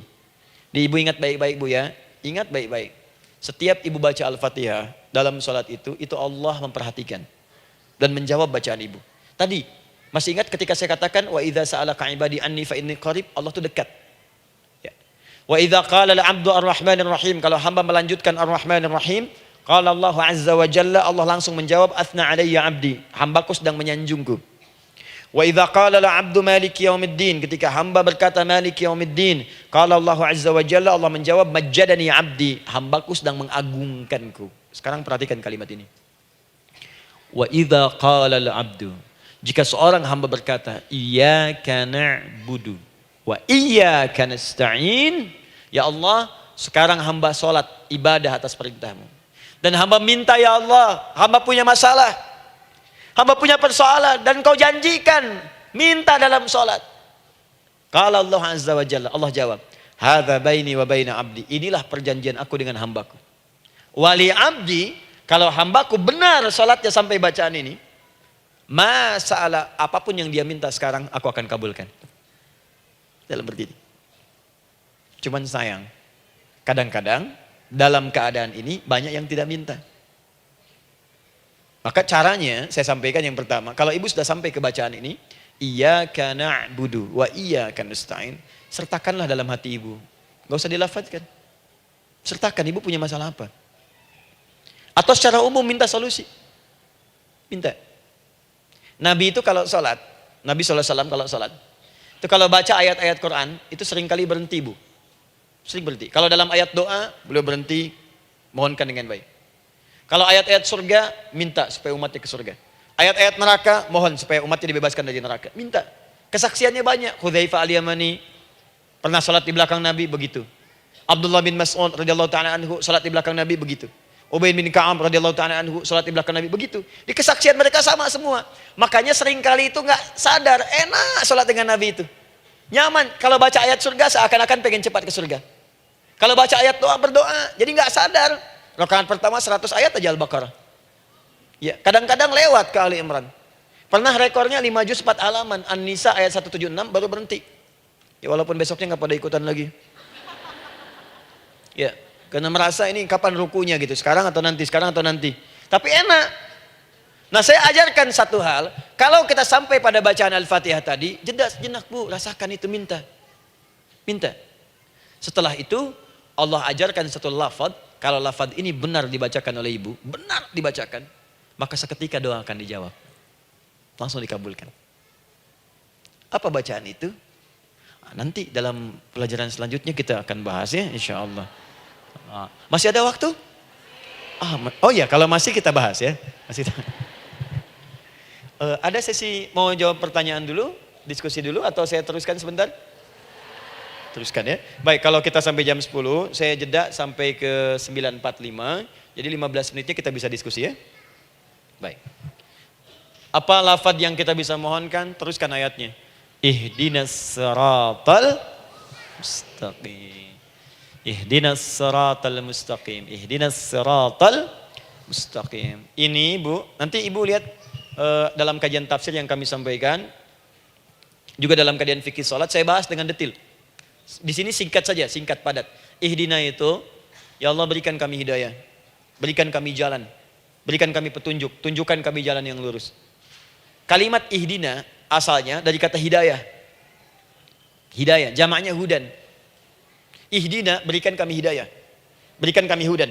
Kalau tunjukkan kami jalan yang lurus, itu terjemahan Bu. Terjemahan.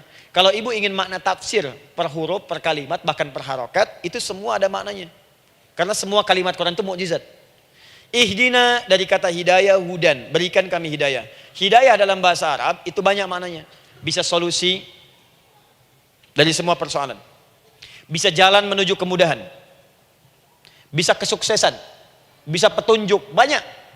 Kalau dikumpulkan namanya hudan. Hudan. Makanya Al-Quran disebut hudan, karena di Quran ada semua. Solusi ada, petunjuk ada, kemudahan ada. Dzalikal kitabu la raiba fi hudal. Al-Quran hudan. Syahrul Ramadan alladzi unzila fihi al-Quran hudan linnas. Isi Quran semua hudan. Di situ ada solusi. Di situ ada petunjuk. Di situ ada kemudahan.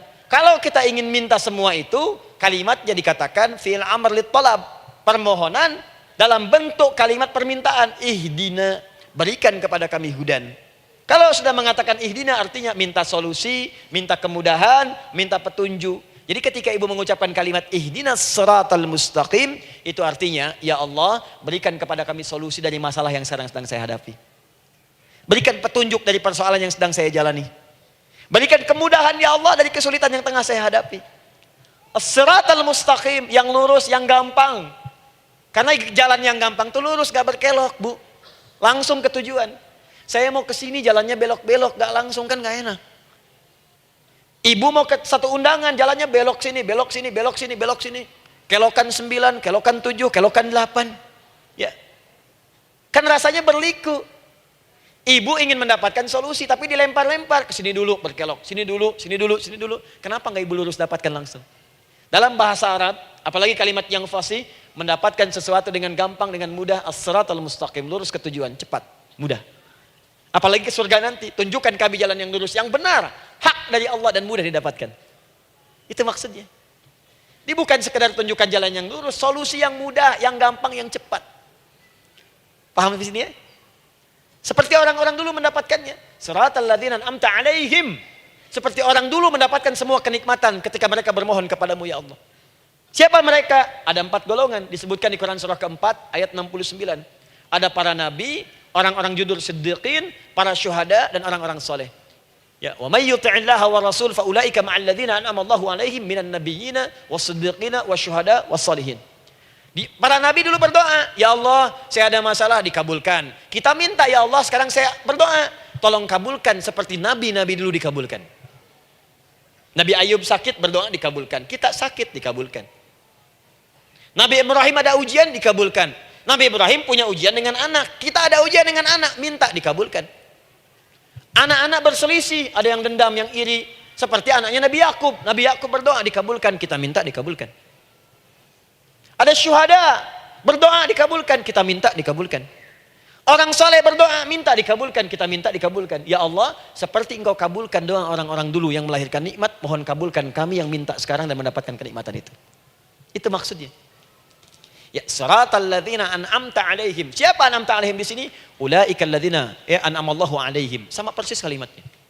Minan nabiyyina was-siddiqina wasyuhada'i was-shalihin. Jadi jangan diartikan sebatas terjemahan. Walaupun di musim haji sekarang itu bisa dipakai. Saya tugas 2010 di Mekah. Ada jemaah kesasar, lupa maktab. Kemudian ingin balik, nggak tahu jalan. Dia ketemu askar.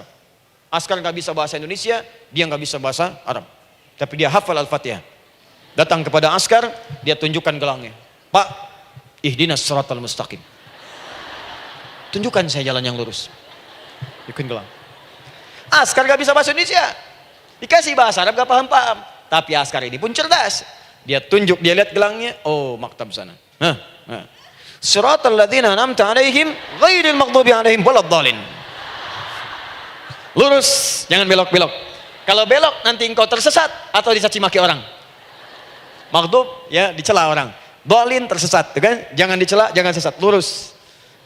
Tapi kalau dalam berdoa dalam sholat minta di hati hadirkan. Jelas ya? Nah, itu posisi pertama. Jadi pertama minta lewat sholat. Yang kedua cepat rajin istighfar, Bu. Saya cepat ya, rajin istighfar. Saya ada 7 menit lagi. Ibu rajin istighfar. Astaghfirullah, astaghfirullah, astaghfirullah, astaghfirullah. Itu yang paling singkat.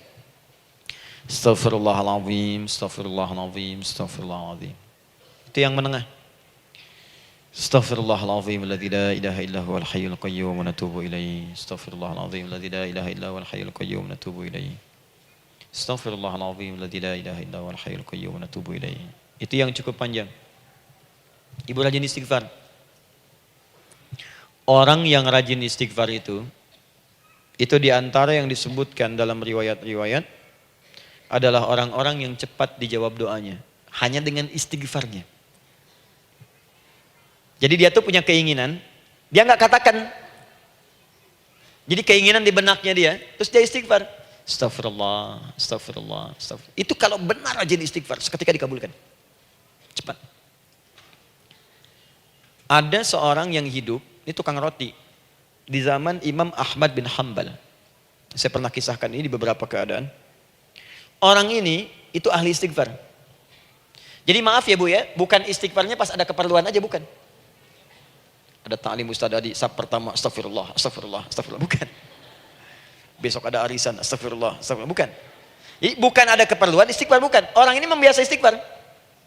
Jadi setiap mengerjakan apapun dia istighfar. Mau minum, bismillah, astagfirullah, astagfirullah. Dia setiap buka adonan, astagfirullah, astagfirullah. Nah satu ketika, Imam Ahmad itu nggak tahu kenapa, pengen datang ke daerah itu. Ya kalau misalnya ibu tinggal di Cicahum, misalnya kan Imam Ahmad tiba-tiba pengen ke Cicahum aja. Terus karena lelah, mampir ke masjid. Istirahat di dalam masjid. Tiba-tiba kata penjaga masjidnya, DKM-nya, marbotnya, ya Syekh, idhab, pergi, nggak boleh tiduran di sini. Kata Imam Ahmad, saya kan cuma numpang istirahat, nggak boleh keluar. Dan dia nggak tahu kalau itu imam besar. Dan Imam Ahmad itu sudah populer Bu, sangat famous, familiar. Cuman orang kan nggak pernah lihat wajahnya. Dulu kan nggak ada Facebook, nggak ada Instagram, nggak ada handphone, nggak ada apa-apa. Jadi kalau orang terima Ahmad, ya Ahmad aja kemana-mana. Oh no, Imam Ahmad, Imam Ahmad, Imam besar, Imam Syafi'i, Imam besar. Tapi nggak pernah lihat. Sekarang kan udah kelihatan. Ya, udah kelihatan. Sekarang banyak. Makanya orang dulu tuh senang begitu tahu, dikasih tahu Nabi aja ke Madinah Bu, nggak ada yang tahu kalau itu Nabi Muhammad kalau belum pernah lihat. Karena beliau di bawah, Abu Bakar di atas. Abu Bakar kan naik kan, untanya Nabi. Nabi Muhammad pas di bawah gantian tuh di jalan. Orang mengira yang di atas unta Nabi Muhammad. Padahal Nabi Muhammad yang jalan kaki, nggak kelihatan. Makanya responnya bola ketika tahu Nabi, senang luar biasa. Minta doa, minta ini, minta itu. Orang sekarang tidak. Karena sering banyak lihat di TV, media sosial, begitu ketemu, minta foto. Ini lain kisahnya. Nggak tahu dia, pergi keluar. Kata Imam Ahmad, ya sudah, keluar beliau. Nggak mau ribut. Istirahat di luar. Di pelataran. Di sini juga nggak boleh. Lihat kalimatnya. Barwah, keluar, pergi. Barwah itu kasar, Bu. Begitu kemudian didebat lagi, saya cuma di luar. Rawah itu dari kata roh, Bu. Itu paling kasar. Artinya keluar dengan rohnya sekalian. Rohnya pun jangan di sini. Ya. Jadi kalau ibu nanti di Masjidil Haram misalnya kan, ada kalimat itu artinya kesal, Bu, askarnya. Ya. Keluar. Misalnya idza bi anti. Enggak mau, saya mau di sini. Ya. Barwa, pergi. Sampai ke rawah dengan rohnya. Itu artinya ibu disuruh pergi. Ya, bukan jangan mengelak lagi. Rawah. Saya bukan rawah, saya rohayati. Suruh pergi. Pergi. Imam Ahmad pergi tuh akhirnya. Pergi, di jalan kelihatan ada tukang roti tadi. Begitu kelihatan capek lah dipanggil, Syekh, kayaknya lelah istirahat di sini.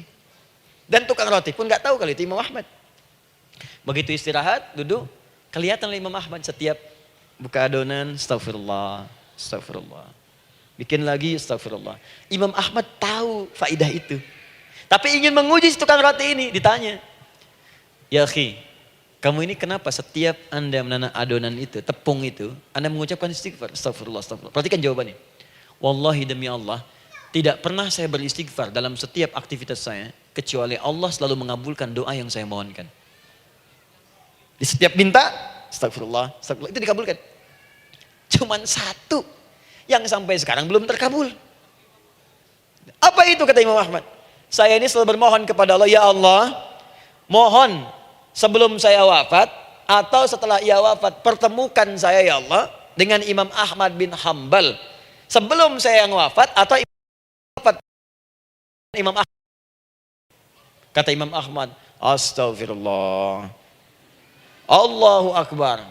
Itu mungkin yang memperjalankan saya kemari. Tiba-tiba pengen ke sini, sampai diusir keluar dari rumah Allah dari masjid, sampai di sini karena istighfar Anda. Sayalah Imam Ahmad bin Hambal. Astagfirullah. Imam Ahmad ke situ datang. Tolong jangan lakukan pada saya. Salah di hidayat ya Allah. Astagfirullah. Saya jawab lagi dari sana. La haula wala quwata illa billah.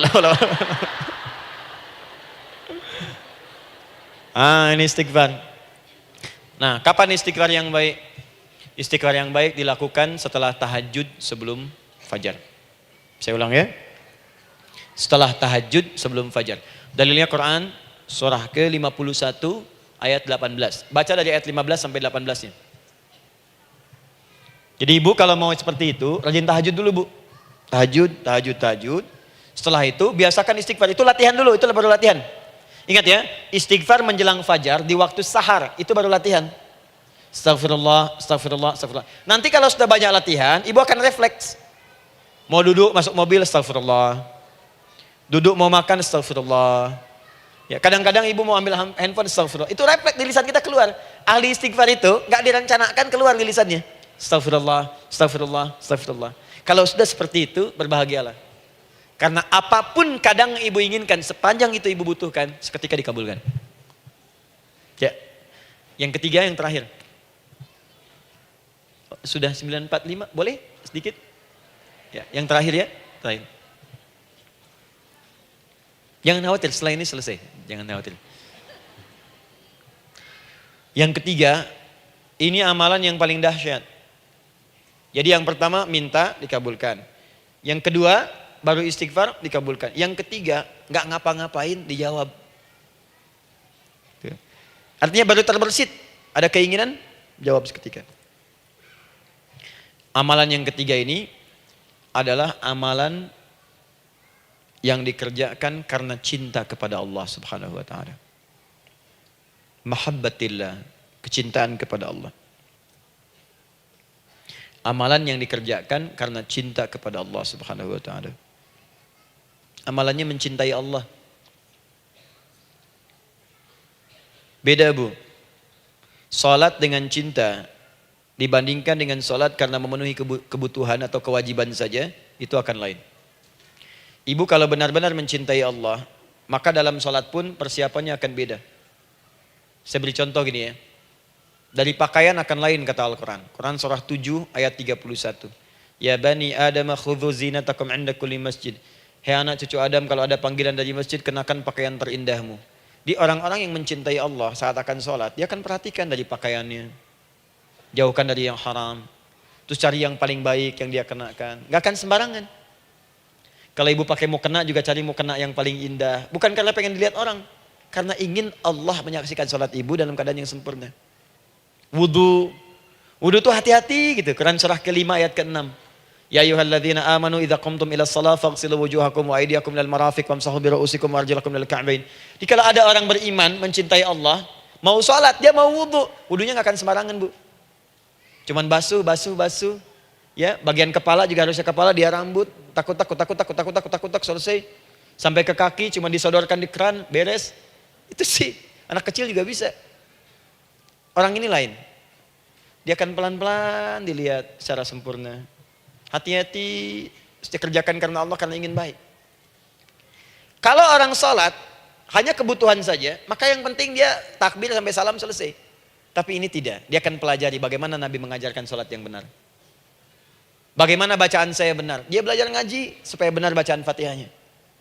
Dia belajar dengan baik supaya khusyuk di dalam sholatnya. Dia pahami satu-satu. Apa artinya Allahu Akbar, apa artinya Subhana Rabbiyal Azim, apa artinya Subhana Rabbiyal A'la, apa artinya Sami Allahu liman hamidah. Dipahami.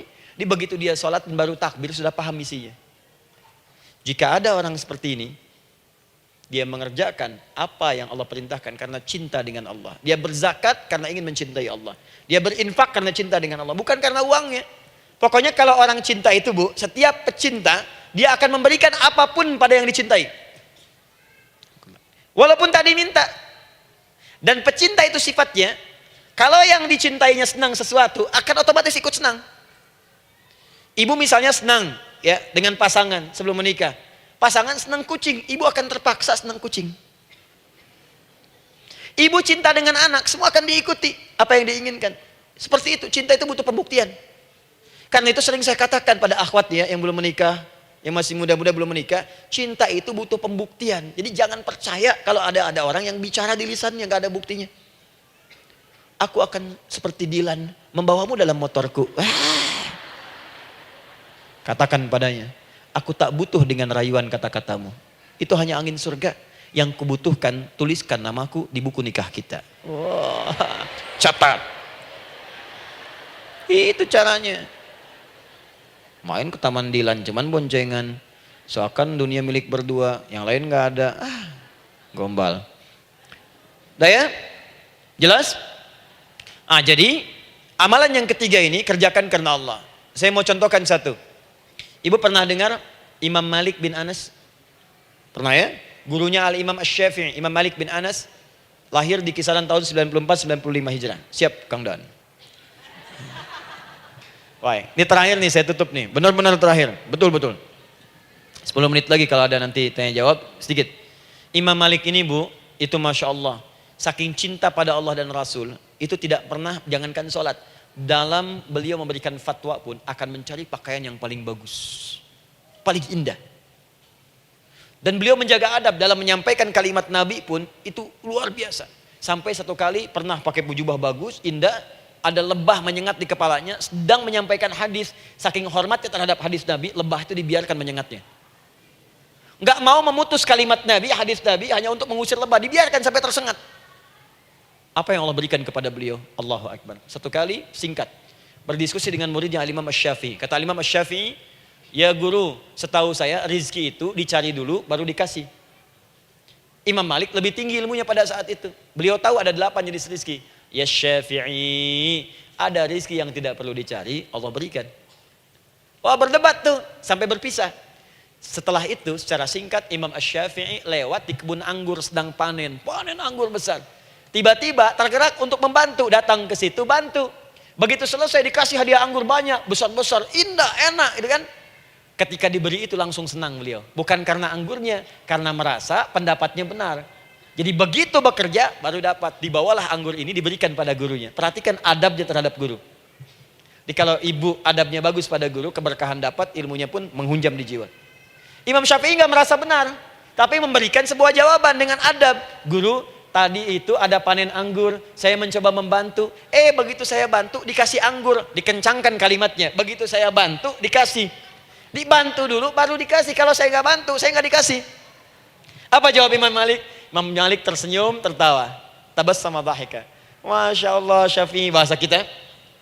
Tadi itu saya keluar, mau ngajar. Siang-siang terik begini, saya kepikiran, ya Allah, kalau makan anggur yang enak-enak, enak banget sekarang ini. Ada anggur sekarang. Tuh. Murid berikhtiar, guru mendapatkan hasil. Setelah itu Asy-Syafi'i naik dan jadi bintang di zamannya, sampai kekinian pun luar biasa. Dan mendapatkan barakah gurunya, seperti gurunya dapatkan, muridnya pun meraihnya. Itulah 3 cara bagi kita untuk bermohon kepada Allah. Jika ingin dipercepat oleh Allah, bisa lewat salat, bisa lewat istighfar, bisa juga dengan menciptakan amalan-amalan, atau mengikuti amalan-amalan yang dicintakan atau ditujukan untuk mencintai Allah Subhanahu wa taala. Ibu bisa paham ini? Baik. Kemudian berdoa. Tapi yang jadi masalah, Ustadz ketika berdoa kok belum dikabulkan juga? Apa ciri doa dikabulkan? Seperti apa kita tahu doa kita dikabulkan? Itu mungkin kita bahas di episode yang berbeda insyaallah. Alhamdulillahi rabbil alamin. Ar-Rahmanir Rahim. Maliki yaumiddin. Iyyaka na'budu wa iyyaka nasta'in. Ihdinas siratal mustaqim. Siratal ladzina an'amta 'alaihim ghairil maghdubi 'alaihim waladdallin. Allahumma nahmaduka hamdan syakirin, hamdan na'imin, hamdan yuwafi ni'amahu wa yukafi'u mazidah. Ya Rabbana lakal hamdu wa lakal syukru kama yanbaghi li jalali wajhikal karim wa li 'azimi sultanik. Allahumma salli wa sallim barik ala rasulikal karim nabiyyikal amin sayyidina Muhammadin wa ala alihi wa sahbihi wa ummatihi ila yaumiddin. Allahumma rabbana yal ghafur rahim la tada' lana fi maqamina hadha fi kulli maqamin dhanban illa ghafartah. Duhai Allah, kami bermohon kepadamu, Engkau yang Maha Pengampun, Engkau yang Maha Penghapus segala dosa. Kami mengakui kami berbuat salah. Kami mengakui banyak dosa kami kumpulkan. Maka kami mohon kepadamu ya Allah, jangan biarkan ada satu orang pun berada di sekitaran majlis ta'lim ini, kecuali sebelum ia pulang Engkau telah ampuni segala dosa-dosanya. Engkau telah gugurkan dan hapuskan segala dosa-dosanya. Wala hamman illa farajtah. Ya Allah, jika ada satu orang pun di antara jamaah saat ini yang merasakan kegelisahan dalam hatinya, jangan biarkan dia meninggalkan area majlis ta'lim ini, kecuali Engkau telah tenangkan keadaan hatinya. Allahumma wala maridan illa syafaitah. Jika ada di antara kami yang tengah Engkau uji dengan penyakit seberat apapun, maka mohon angkat dan sembuhkan segala penyakitnya. Allahumma wala dainan illa qadaitah. Ya Allah, jika ada di antara kami yang berat hidupnya karena lilitan utang piutang, terjebak riba dan sejenisnya, maka mohon ya Allah dengan keikhlasan amalannya, mohon angkat dan berikan rizki limpah terlimpah kepada yang untuk melunasi utang-utang dan terbebas dari lilitan riba dan semacamnya. Allahumma ya arhamar rahimin. Allahumma tubna ilaika min kullil ma'asi. Ya Allah, kami ingin memperbaiki diri kami. Kami bertobat dari segala maksiat yang pernah kami kerjakan. Allahumma asli ahwalana ma yuqarribuna ila ridhak. Ya Allah, kami bermohon kepadamu, mulai hari ini, mohon bimbing kami untuk memperbaiki diri, supaya kami bisa lebih dekat denganmu ya Allah. Allahumma asli azwajana. Ya Allah, kami mohon sayangi dan perbaiki ya Allah akhlak suami-suami kami. Ya Allah, mohon bimbing suami-suami kami jadi suami yang baik, membimbing keluarga menjadi keluarga yang saleh. Allahumma ya Allah, Allahumma arsyad wa asli ya Allah azwajana, zawjatina. Ya Allah, demikian dengan istri-istri kami ya Allah. Jadikan mereka perempuan-perempuan yang salihah, bimbing menjadi ibu-ibu yang baik. Allahumma abnana, auladana, dzurriyyatina. Allahumma aslih lahum li arhamar rahimin liyakunu salihin, liyakunu su'ada fid dunya wal akhirah. Ya Allah, anak-anak kami, cucu-cucu kami khawatir berpisah dengan mereka di akhirat nanti. Kami mohon ya Allah, jika memang ada maksiat yang mereka kerjakan karena dosa-dosa kami mohon ampun ya Allah. Perbaiki anak-anak kami, bimbing cucu-cucu kami ya Allah. Jadikan mereka anak-anak saleh, anak-anak yang bisa memberikan mahkota kepada kami di akhirat ya arhamar rahimin. Kami malu dengan anak orang lain yang telah hafal Al-Quran. Kami malu dengan anak orang lain yang telah mampu tahajud. Kami malu dengan anak orang lain yang telah bisa membaca Al-Quran dengan baik. Sedangkan anak kami masih sibuk dengan dunia ya Allah. Kami takut bila wafat tidak bisa memberikan petunjuk kepada mereka dengan izin-Mu. Allahumma ya arhamar rahimin. Allahumma idza kana hunalika baqiyati ayyamina faj'al baqiyata ayyamina ya Allah hayatan thayyibah.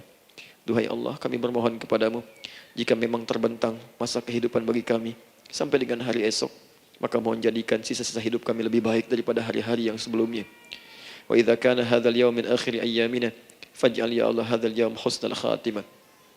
Ya Allah, kami mohon jika memang hari ini adalah hari terakhir kami hidup dan harus kembali kepadamu untuk wafat, mohon jadikan di hari ini kami husnul khatimah.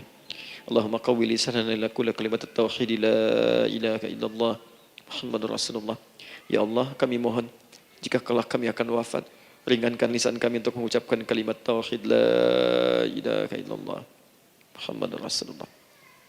Wa ajib kalimatan bi qawlika ya ayyatuhan nafsul mutmainnah irji'i ila rabbika radiyatan mardiyah fadkhuli fi ibadi wadkhuli jannati.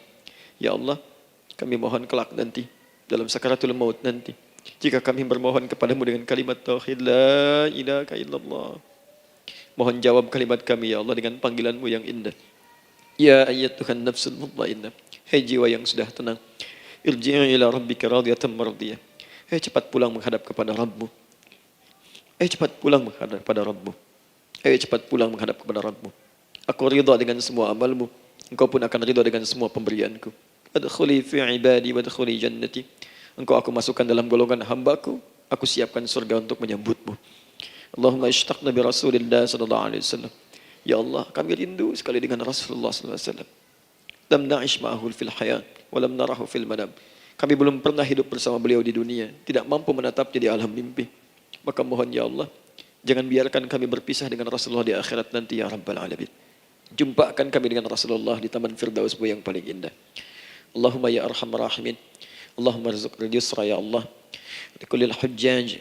Ya Allah, anugerahkan kemudahan, kelapangan kepada para jemaah haji yang berhaji tahun ini ya arhamar rahimin. Allahumma taqabbal minhum ya Allah hajjahum, sa'yahum sa'yan mashkura, wa dhanbahum dhanban maghfura, wa tijaratahum tijaratan lan tabur. Ya Allah, jangan sia-siakan pengorbanan fisik mereka, biaya mereka, waktu mereka, tenaga mereka, emosi mereka. Terima haji mereka ya Allah. Jadikan sa'i mereka berhasil, tawaf mereka benar. Jadikan seluruh manasik yang Engkau ridhai ya arhamar rahimin. Allahumma ya Allah, rizq rizqan hasanan tayyiban liyahujju kullu man lam yahujj ya arhamar rahimin. Ya Allah, bagi kawan-kawan kami, kerabat kami, saudara kami, tetangga kami yang belum berhaji, maka anugerahkan kemudahan bagi mereka untuk berhaji ya Allah. Anugerahkan kelapangan untuk berhaji ya Allah. Sekalipun memang tidak terbuka kesempatan itu, maka mohon anugerahkan sifat mabrur kepada kami, sekalipun tidak mendapati ibadahnya. Allahumma ya arhamar rahimin. Allahumma rizqna ya Allah nikmatan salihah. Ya Allah, anugerahkan kepada kami nikmat untuk menjadi orang saleh di dunia dan kembali kepadamu di akhirat dalam keadaan saleh. Alhiqna bis salihin ma'al ladzina an'amta 'alaihim minan nabiyyina was-siddiqina wasyuhada was-salihin wa hasuna ulaika rafiqa. Ya Allah, kumpulkan kelak kami di surga dengan para nabi, orang-orang saleh, para syuhada, orang-orang yang benar di hadapanmu. Itulah nikmat terbaik yang mampu kami dapatkan. Allahumma ya Rabb, Allahumma aslih Allah qulubana, ati anfusana taqwaha, wa zakkiha anta khairu man zakkaha, anta waliyuha wa maulaha. Ya Allah, jika memang kami telah Engkau anggap baik sampai dengan pagi hari ini, maka mohon jaga kami dalam keadaan baik sampai wafat ya Allah. Berikan kami kekuatan untuk istiqamah, jauhkan kami dari pengaruh nafsu ya arhamar rahimin. Ya Allah, jika ada saat ini orang-orang yang menyakiti kami ya Allah, berkhianat kepada kami ya Allah, menzalimi kami, maka mohon ampuni dosa mereka ya Allah. Maafkan mereka ya Allah.